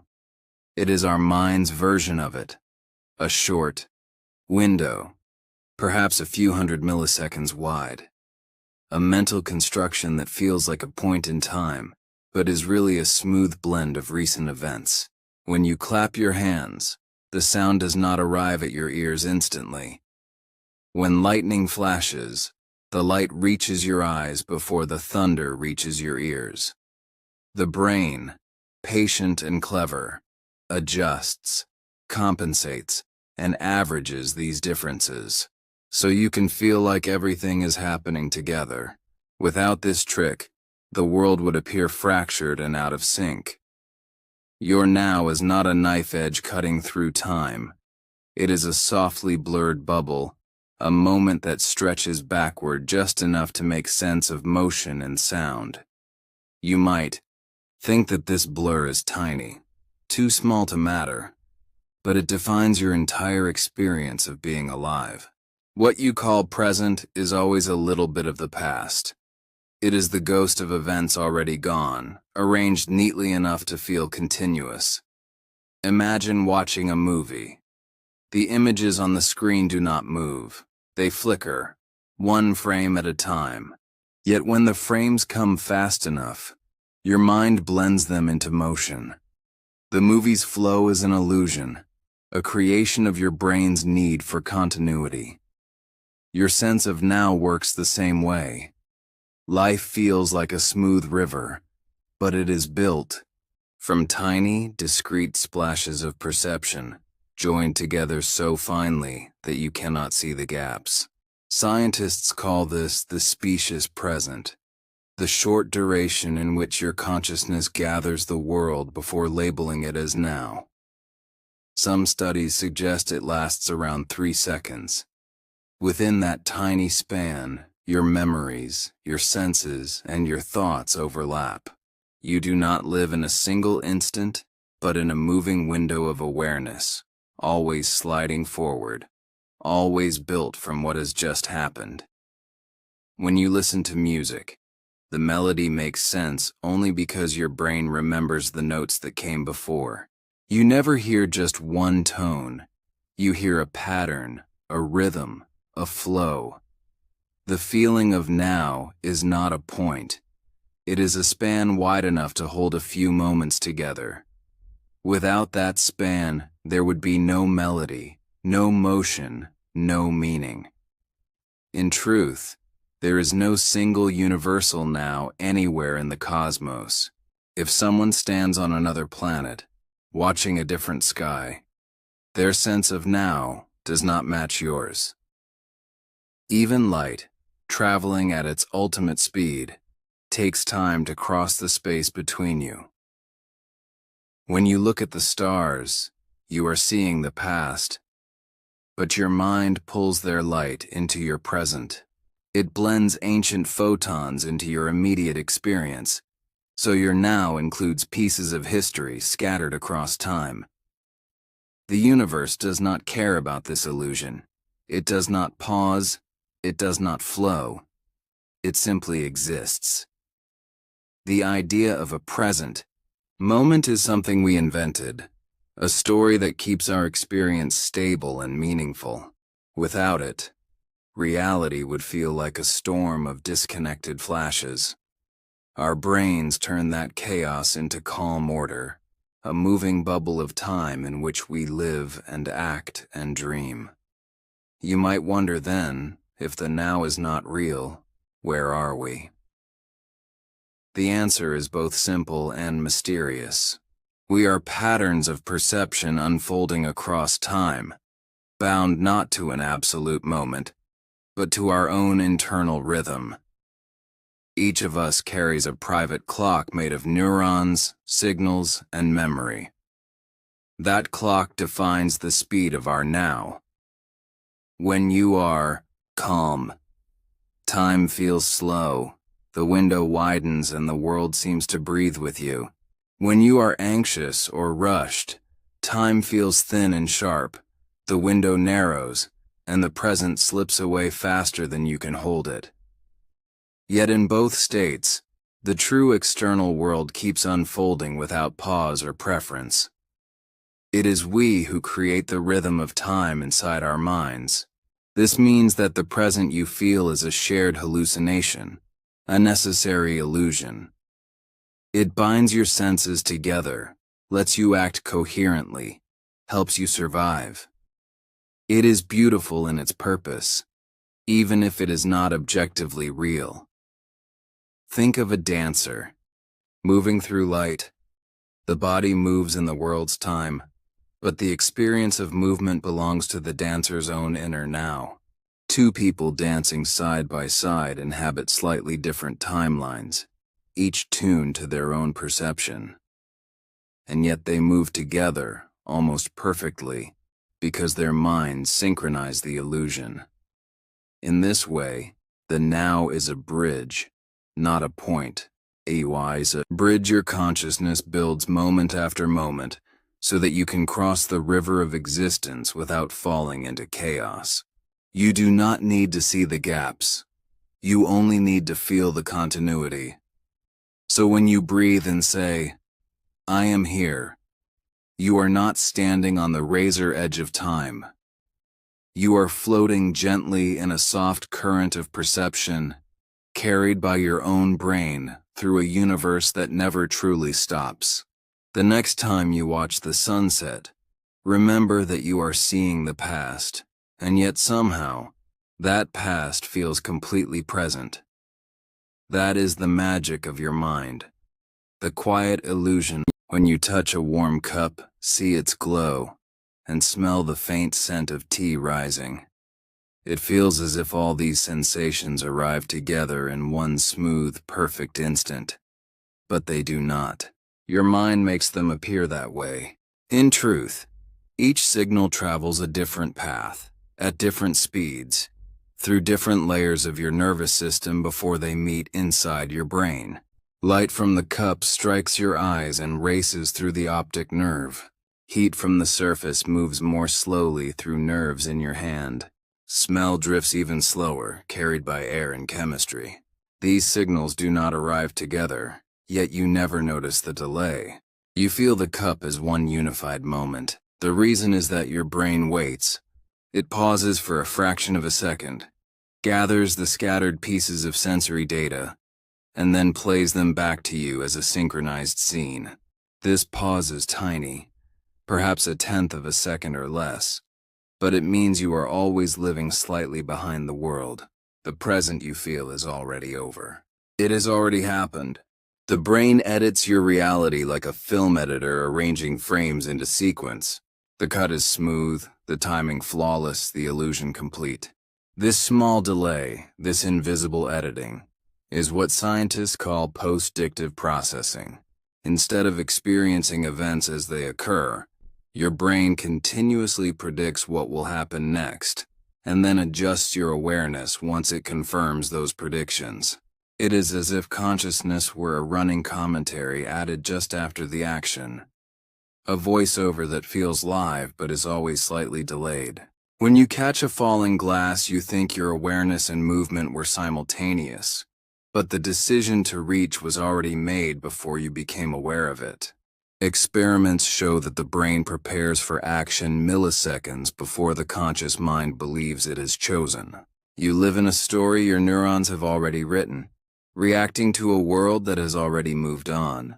And yet, the illusion is seamless. This is why you never see the lag. The timing feels perfect, because your mind continuously smooths over the difference between what has happened and what you think is happening. Consciousness is not a live broadcast. It is a carefully delayed replay with real-time commentary. Every sound, every color, every motion you experience is slightly outdated. When you hear your name across the room, that sound has already traveled through air, been converted into nerve impulses, passed through layers of brain tissue, and been interpreted by networks of neurons that light up like constellations. Only then does the feeling of hearing arise. By that time, the speaker has already moved their lips to the next word. The world is always ahead of you, and you are always catching up. Still, your awareness feels fresh, alive, and present. The reason this works is because your brain is not a passive receiver. It is a prediction machine. It constantly forecasts what should happen next, based on patterns from the past. When reality arrives, it checks whether its prediction matches. If it does, your consciousness flows smoothly. If it doesn't, you notice a surprise, a sudden shock, a startle, a sense of time breaking. Think of when you trip while walking down stairs that aren't there. Your brain predicted another step, and when it wasn't there, your inner timeline shattered for an instant. That brief confusion is what it feels like when the brain's timing machine misfires. Normally, though, it runs perfectly. Your inner now is not built from immediate events. It is built from what your brain expects the world to be. This is why skilled athletes can react faster than seems possible. Their brains are not waiting for events. They are predicting them. They live slightly ahead of the world's timeline, correcting in real time as feedback arrives. For the rest of us, consciousness moves just a little behind, creating the comfort of continuity. It's strange to realize that every word you hear, every sight you see, has already faded before you know it. If a flash of light and a sound occur almost together, the brain can even reorder them so they make sense. It will shift the earlier one slightly later or the later one slightly earlier to preserve coherence. Reality bends to the story your neurons prefer. The sense of time's flow is the result of this editing. Your mind is not showing you the raw sequence of events, but a reconstructed narrative that runs smoothly enough to live inside. In experiments with visual illusions, people often report seeing a cause before its effect, a ball moving before being hit, or a color changing before a signal triggers it. The brain, eager for order, adjusts the story backward in time to maintain continuity. This bending of time happens beneath awareness, invisible and automatic. So the consciousness you know is not the first version of reality. It is the polished one. The brain delays the world slightly, not to deceive you, but to make the world stable enough to live in. Imagine if you experienced every delay, every neural lag, every signal speed. Your perception would shatter into chaos. You would see motion as a blur of fragments, sound as echoes that never align, touch as disconnected sparks. The mind's gift is to hide this fragmentation, to create the illusion of unity. That unity is what you call now. Neuroscientists sometimes compare this to a conductor synchronizing an orchestra. Each instrument plays slightly out of sync, but the conductor ensures that the music sounds whole. Your brain is that conductor, aligning inputs from every sense into a single moment of awareness. The delay, the lag, is the cost of coherence. It is how the song of reality stays in tune. But there is another side to this. If all perception is delayed, then consciousness is always looking backward. You cannot see the world as it is, only as it was. You are remembering the present. Even this sentence you are reading exists already behind you by the time you understand it. You never meet the true now. The neuroscientist Benjamin Libet once showed that when people decide to move a finger, the brain's motor signals begin a few hundred milliseconds before the person becomes aware of choosing. Awareness follows the body, not the other way around. Free will, reaction, intention, all of them live inside the lag. It feels unsettling, but it also reveals something profound. Consciousness is not a commander, but a witness. It observes what the deeper parts of the mind have already done. It makes sense of the actions after the fact. You live not in the unfolding of time, but in its echo. And yet that echo is rich. It is where memory and meaning intertwine. If the present is always the past, then every moment you experience is a memory, instantly created and instantly remembered. Time's arrow, from perception to awareness, points one way only, forward into understanding what has just been. So when you look around and say, "I am here now," what you truly mean is, "I am here, just after now." This does not make the experience less real. It makes it more precious. It shows that the world and your mind are dancing partners, slightly out of step but forever entwined. Without the delay, there would be no awareness at all, only chaos. The lag gives life its rhythm. It allows reflection, coordination, and consciousness itself to exist. In a sense, time within the brain is not measured in seconds or minutes, but in delays, the tiny, invisible intervals where perception becomes experience. The flow of consciousness is built upon these gaps. They are the unseen stitches holding the fabric of awareness together. And if you listen closely, if you watch your thoughts arrive and fade, you might begin to feel the lag yourself, a soft echo between the world and the self, between what happens and what you know. In that gap, the illusion of now is born. You never truly stand in the present, but that distance is what makes the world visible. You see the light of stars that no longer exist, and yet that light fills your sky tonight. Consciousness works the same way. You live by light that has already left its source. You are, in every sense, a being made of time delay, a traveler always arriving just after the universe has spoken. If the flow of time is an illusion, then why does it feel so necessary, so deeply woven into every heartbeat and breath we take? Because without it, we would not survive. The feeling of time moving forward is not just a pleasant story your brain tells. It is the structure that holds your mind together. The sense of before and after, of cause and effect, is how you find meaning in motion. The world around you changes constantly, and your brain must keep up, predicting what will happen next so you can act before it's too late. The illusion of flow is how it does that. It turns the scattered flashes of perception into a movie you can live inside. It makes chaos into story. And story is what life depends on. Imagine waking up and having every memory, every sensation, every action appear at once, with no order, no direction. You wouldn't know what led to what. You wouldn't know if you had eaten or were about to, if danger had passed or was still coming. The illusion of time's passage creates a thread, a way for your mind to say, this came first, that came after, and now we must respond. Without that thread, experience would collapse into confusion. The flowing sense of time is not a mistake. It is an adaptation. It evolved because it works.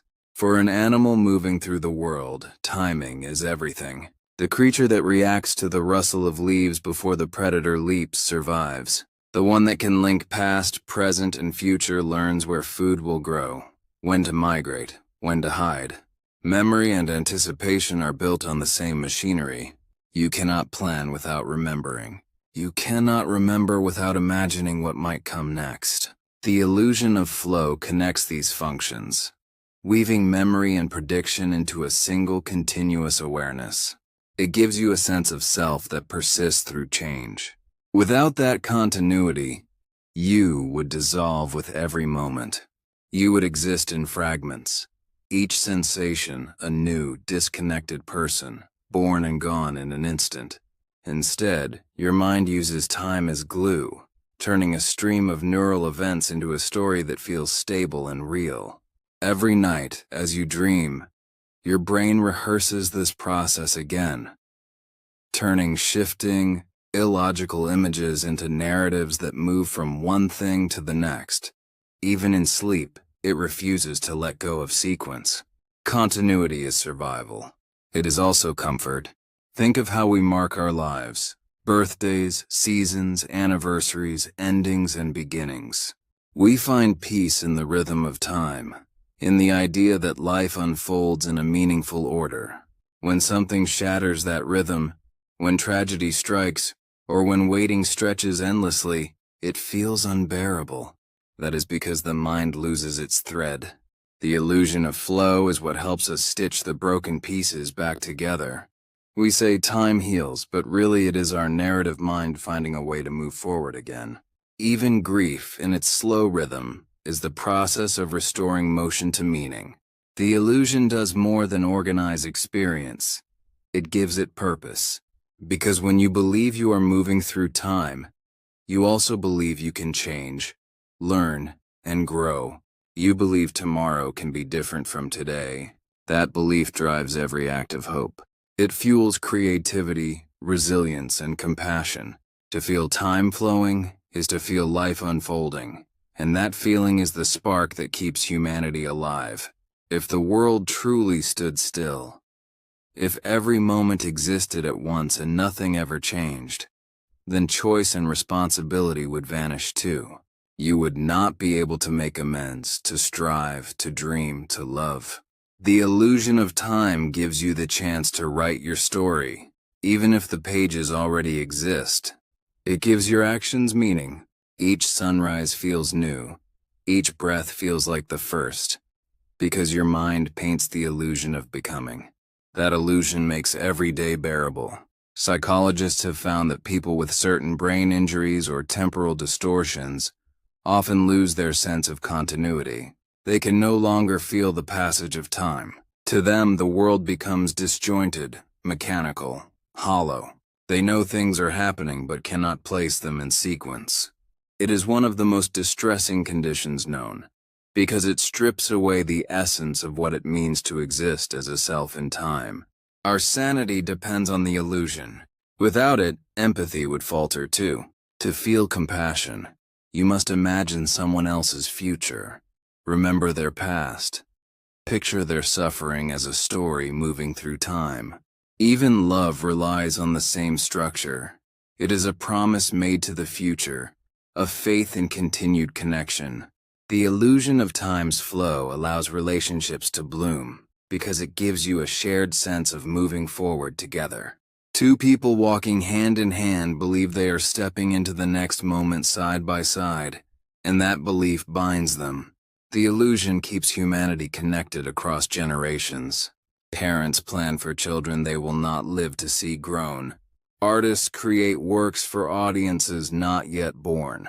Scientists plant ideas like seeds that will only bloom decades later. All of it depends on believing in a flowing timeline. That belief is an act of beauty, and perhaps the most graceful part of the illusion is that knowing it's an illusion doesn't destroy it. Even after understanding that the flow of time is a construct of the mind, you still feel it, because you need to.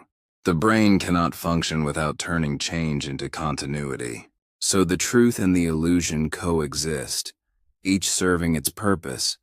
The truth gives insight, the illusion gives meaning.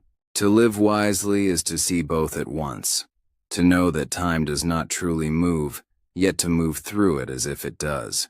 It's like watching a film. You know the reel is fixed, the frame's already printed, but the movement on the screen still makes you cry. The experience is real, even if the mechanics are illusion. Time's flow is the same. It may be built from neural delay and narrative stitching, but within that illusion, we love, act, and find purpose. Without it, life would lose its rhythm. It would be like a song where all the notes play at once. What makes music beautiful is not the simultaneity, but the unfolding. The mind's illusion of time is that unfolding, the melody of existence. So we live within it, not as victims of deception, but as participants in a necessary dream. The dream keeps us alive, aware, and kind. Every moment you feel slipping away is not truly lost. It's the illusion doing its work, reminding you to move, to care, to remember, to imagine. The flow of time may not exist in physics, but in the human heart, it is the most essential thing there is. Your mind is not trapped in the present. It is a traveler, moving endlessly between what has been and what might be, stitching those places together into the story you call now. Every thought, every sensation, every decision depends on that hidden motion. The brain does not merely react to the world. It predicts it, remembers it, and builds a map that spans the unseen dimensions of time. In this sense, consciousness itself is a kind of time machine. You move through memories as easily as through a room. You relive moments, adjust them, draw lessons, and project their patterns forward. The moment you open your eyes each morning, your brain floods with expectations shaped by the past. You know where the floor will be, how the light will fall, how the air will feel. Without that quiet forecasting, the world would seem brand new every second, unfamiliar and frightening. The mind's great gift is not awareness of the present, but the ability to weave yesterday and tomorrow into a continuous experience. That continuity is what you call self. When you recall your first school, the smell of chalk and dust, the echo of laughter, you are not merely remembering, you are reconstructing. Each detail is a signal from different parts of the brain, woven together into a living simulation. The same neural circuits that let you recall the past are the ones that let you imagine the future. To the brain, both directions of time are made from the same fabric. Memory and prediction are twins, different faces of the same process. This is why imagining tomorrow can feel as vivid as remembering yesterday. The same machinery builds both. If memory were only a record of the past, you would be frozen by it. But memory is flexible. It edits, recombines, and reuses fragments to test new possibilities.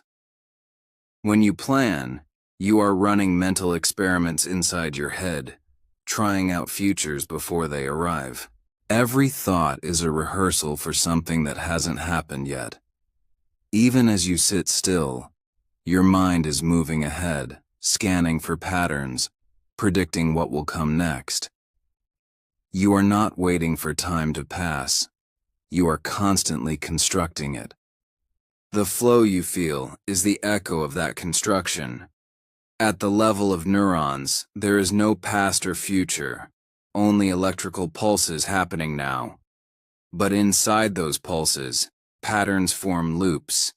They link what was learned with what is expected. They anticipate familiar rhythms, the swing of a pendulum, the sound of footsteps, the arc of a falling leaf. And in that anticipation, they build a sense of continuity. Consciousness rides on those loops like a surfer on a wave. The wave is not the same moment repeating. It is a pattern that persists through change. The mind turns pattern into presence. This is how you navigate the timeless sea of existence. Without memory, there would be no direction, only endless moments flashing and vanishing. Without prediction, there would be no preparation, no goal, no hope. Together, they form a bridge across the void. Every instant you live is built from this bridge. When you look at a loved one's face, you do not see only the present light entering your eyes. You see every expression that face has ever held, every memory tied to it, every possibility that might come. The mind layers time upon time, until what you perceive is not a single image but a lifetime's worth of association compressed into a heartbeat. It is astonishing that such a fragile machine can hold so much. The neurons firing inside your head are tiny, silent, and blind, yet from their connections arises a sense of history, identity, and motion. It is as if the ocean could remember every wave it has ever made. Scientists studying the brain's timing networks have found that the mind does not experience time as a steady clock. Instead, it stretches and compresses moments depending on attention and emotion. A fearful second feels longer than a peaceful minute. A joyful hour can pass in what seems like a blink. Your inner time machine bends the landscape of experience according to how deeply you live it. This flexibility is not a flaw. It is a feature. It allows the brain to focus on what matters, to extend awareness in danger, and to shrink it in safety. Time, for the mind, is not measured by seconds, but by meaning. The more something matters, the longer it feels. That is why the first moments of love or grief feel endless. They are heavy with data, rich with change, so the brain gives them more space in the theater of consciousness. Memory and prediction work together to carve significance out of motion. The mind marks the peaks and valleys of life, so it can understand them later. When you look back, those moments stand out as landmarks in your mental timeline, the places where time seemed to stop. And yet, nothing ever truly stopped. The neurons kept firing, the heart kept beating, and the time machine kept moving, quietly recording, updating, reassembling. This endless loop of recalling and forecasting is what creates the illusion of motion through time. You do not observe the world changing. You create the sensation of change by constantly comparing what you expect with what is. Every moment, you live as the meeting point between memory and imagination. The past provides context. The future provides aim. Consciousness hovers between them, translating both into the feeling of now. That feeling is the compass by which you steer through existence. If you could remove memory and prediction entirely, consciousness would collapse into a flat, meaningless present.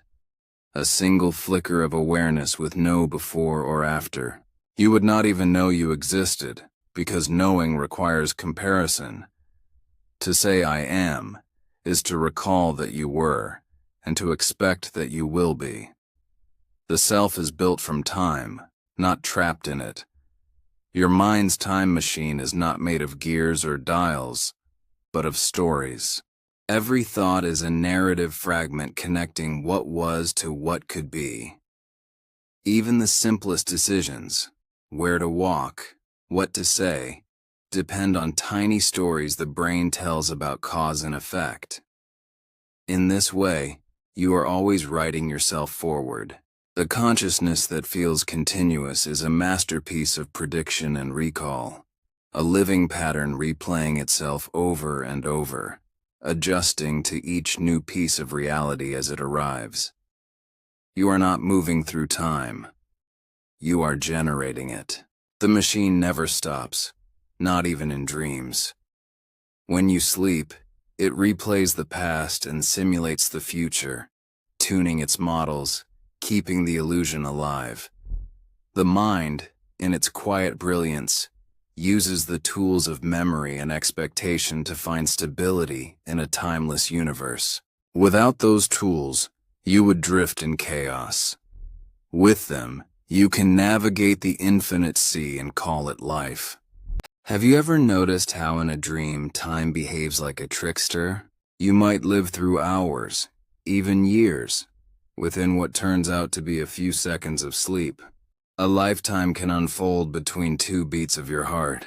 In that strange world of sleep, the rules that bind our waking hours loosen and drift apart. Time stretches, folds, and sometimes disappears entirely. What we call time in waking life, the neat ticking of moments from past to future, becomes something soft and fluid, more like mist than a river.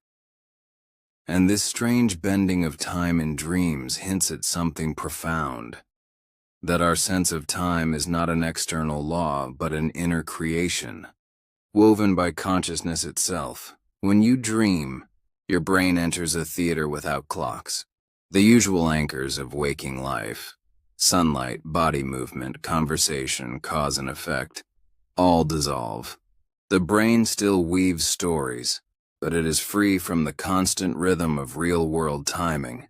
It can replay memories, combine them, or invent impossible sequences that feel natural while you're inside them. You may talk to someone who has been gone for years, stand in a place that no longer exists, and yet it feels perfectly present. Your dreaming mind doesn't need before or after to make sense. It simply exists in a timeless space of imagination. Neuroscientists studying REM sleep have discovered that while we dream, certain brain regions related to logic and external awareness become quiet. While emotional and visual areas glow with activity, The prefrontal cortex, the part that keeps track of order and sequence, takes a rest. Meanwhile, the limbic system, the emotional heart of the brain, takes control. The result is a world guided by feeling instead of chronology.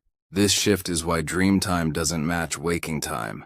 The dream's clock is emotional, not mechanical.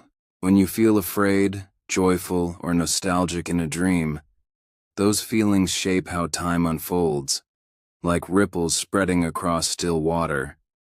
But it isn't only in sleep that time bends.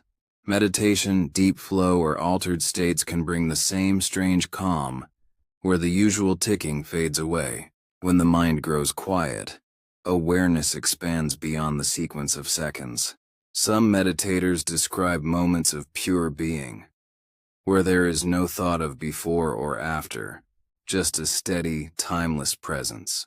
Neuroscience suggests that during such states, the brain's default mode network, the system responsible for self-talk, time tracking, and memory linkage, becomes still. The chatter of I was and I will be pauses, and what remains is simple existence, unmeasured and whole. Artists, athletes, and musicians often describe a similar experience. They call it flow. Time seems to vanish while they paint, play, or move. Hours pass unnoticed, or sometimes a brief instant feels endless. This is the mind fully absorbed in the present action, unburdened by the need to mark time. What's remarkable is that in each of these cases, dreams, meditation, creativity, the body stays in the same world, yet the experience of time changes entirely. The outer clock remains fixed, but the inner one melts. This shows that time, as we live it, is not a property of the universe. It is a rhythm of consciousness. Our brain acts as a storyteller that organizes sensations into sequence, so reality feels coherent. But when that storyteller quiets, time dissolves back into the vast, silent field of awareness that lies beneath. In that space, there's no rush, no countdown, no line to follow. Just existence, wide and still. Think of it like this. Consciousness is a projector, and time is the film it runs through. Most of the time, the reel spins steadily, giving us the illusion of motion and order. But in dreams or meditation, the reel slows, skips, or stops entirely. The light, the awareness, keeps shining, but the story changes. You see that the movement was never in the film, but in the mind watching it. Ancient traditions have long hinted at this truth. Mystics from many cultures speak of a timeless now, a state beyond birth and death where all things exist at once. Modern physics echoes the same insight through relativity and the block universe. From both perspectives, time is not a river flowing past us. It is a landscape in which all moments coexist.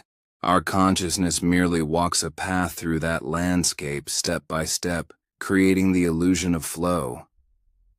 In dreams, that path becomes unpredictable. We may jump from one hill to another, skipping all the valleys in between. In meditation, the path disappears altogether, and we stand still, aware of the whole landscape at once. Both experiences, though very different in texture, point to the same mystery. Time does not rule consciousness. Consciousness gives birth to time. This realization brings a deep tranquility. When you see that the ticking of time is an echo of awareness itself, the usual anxiety about running out of time begins to fade. You start to sense that every moment, however brief, holds the same timeless essence beneath. Whether you are dreaming or awake, thinking or silent, the same awareness flows through everything, unchanging, vast and still. In the gentle silence of that understanding, time becomes less of a cage and more of a melody, something to experience, not to escape. Dreams show us that melody in surreal form. Meditation lets us hear the quiet between the notes. Both remind us that beyond the noise of seconds and minutes lies something infinite. Perhaps that is why we are drawn to both sleep and stillness. They return us to the timeless ground from which life rises. And when we awaken again, we bring a trace of that eternity with us. A softness, a calm, a reminder that even as the clock ticks, part of us lives beyond its reach. In the end, time bends not because the world changes, but because perception does. The dreamer, the meditator, the artist, all glimpse the same truth. That time is not the container of consciousness, but its creation. And in realizing that, we find peace. Knowing that behind every fleeting moment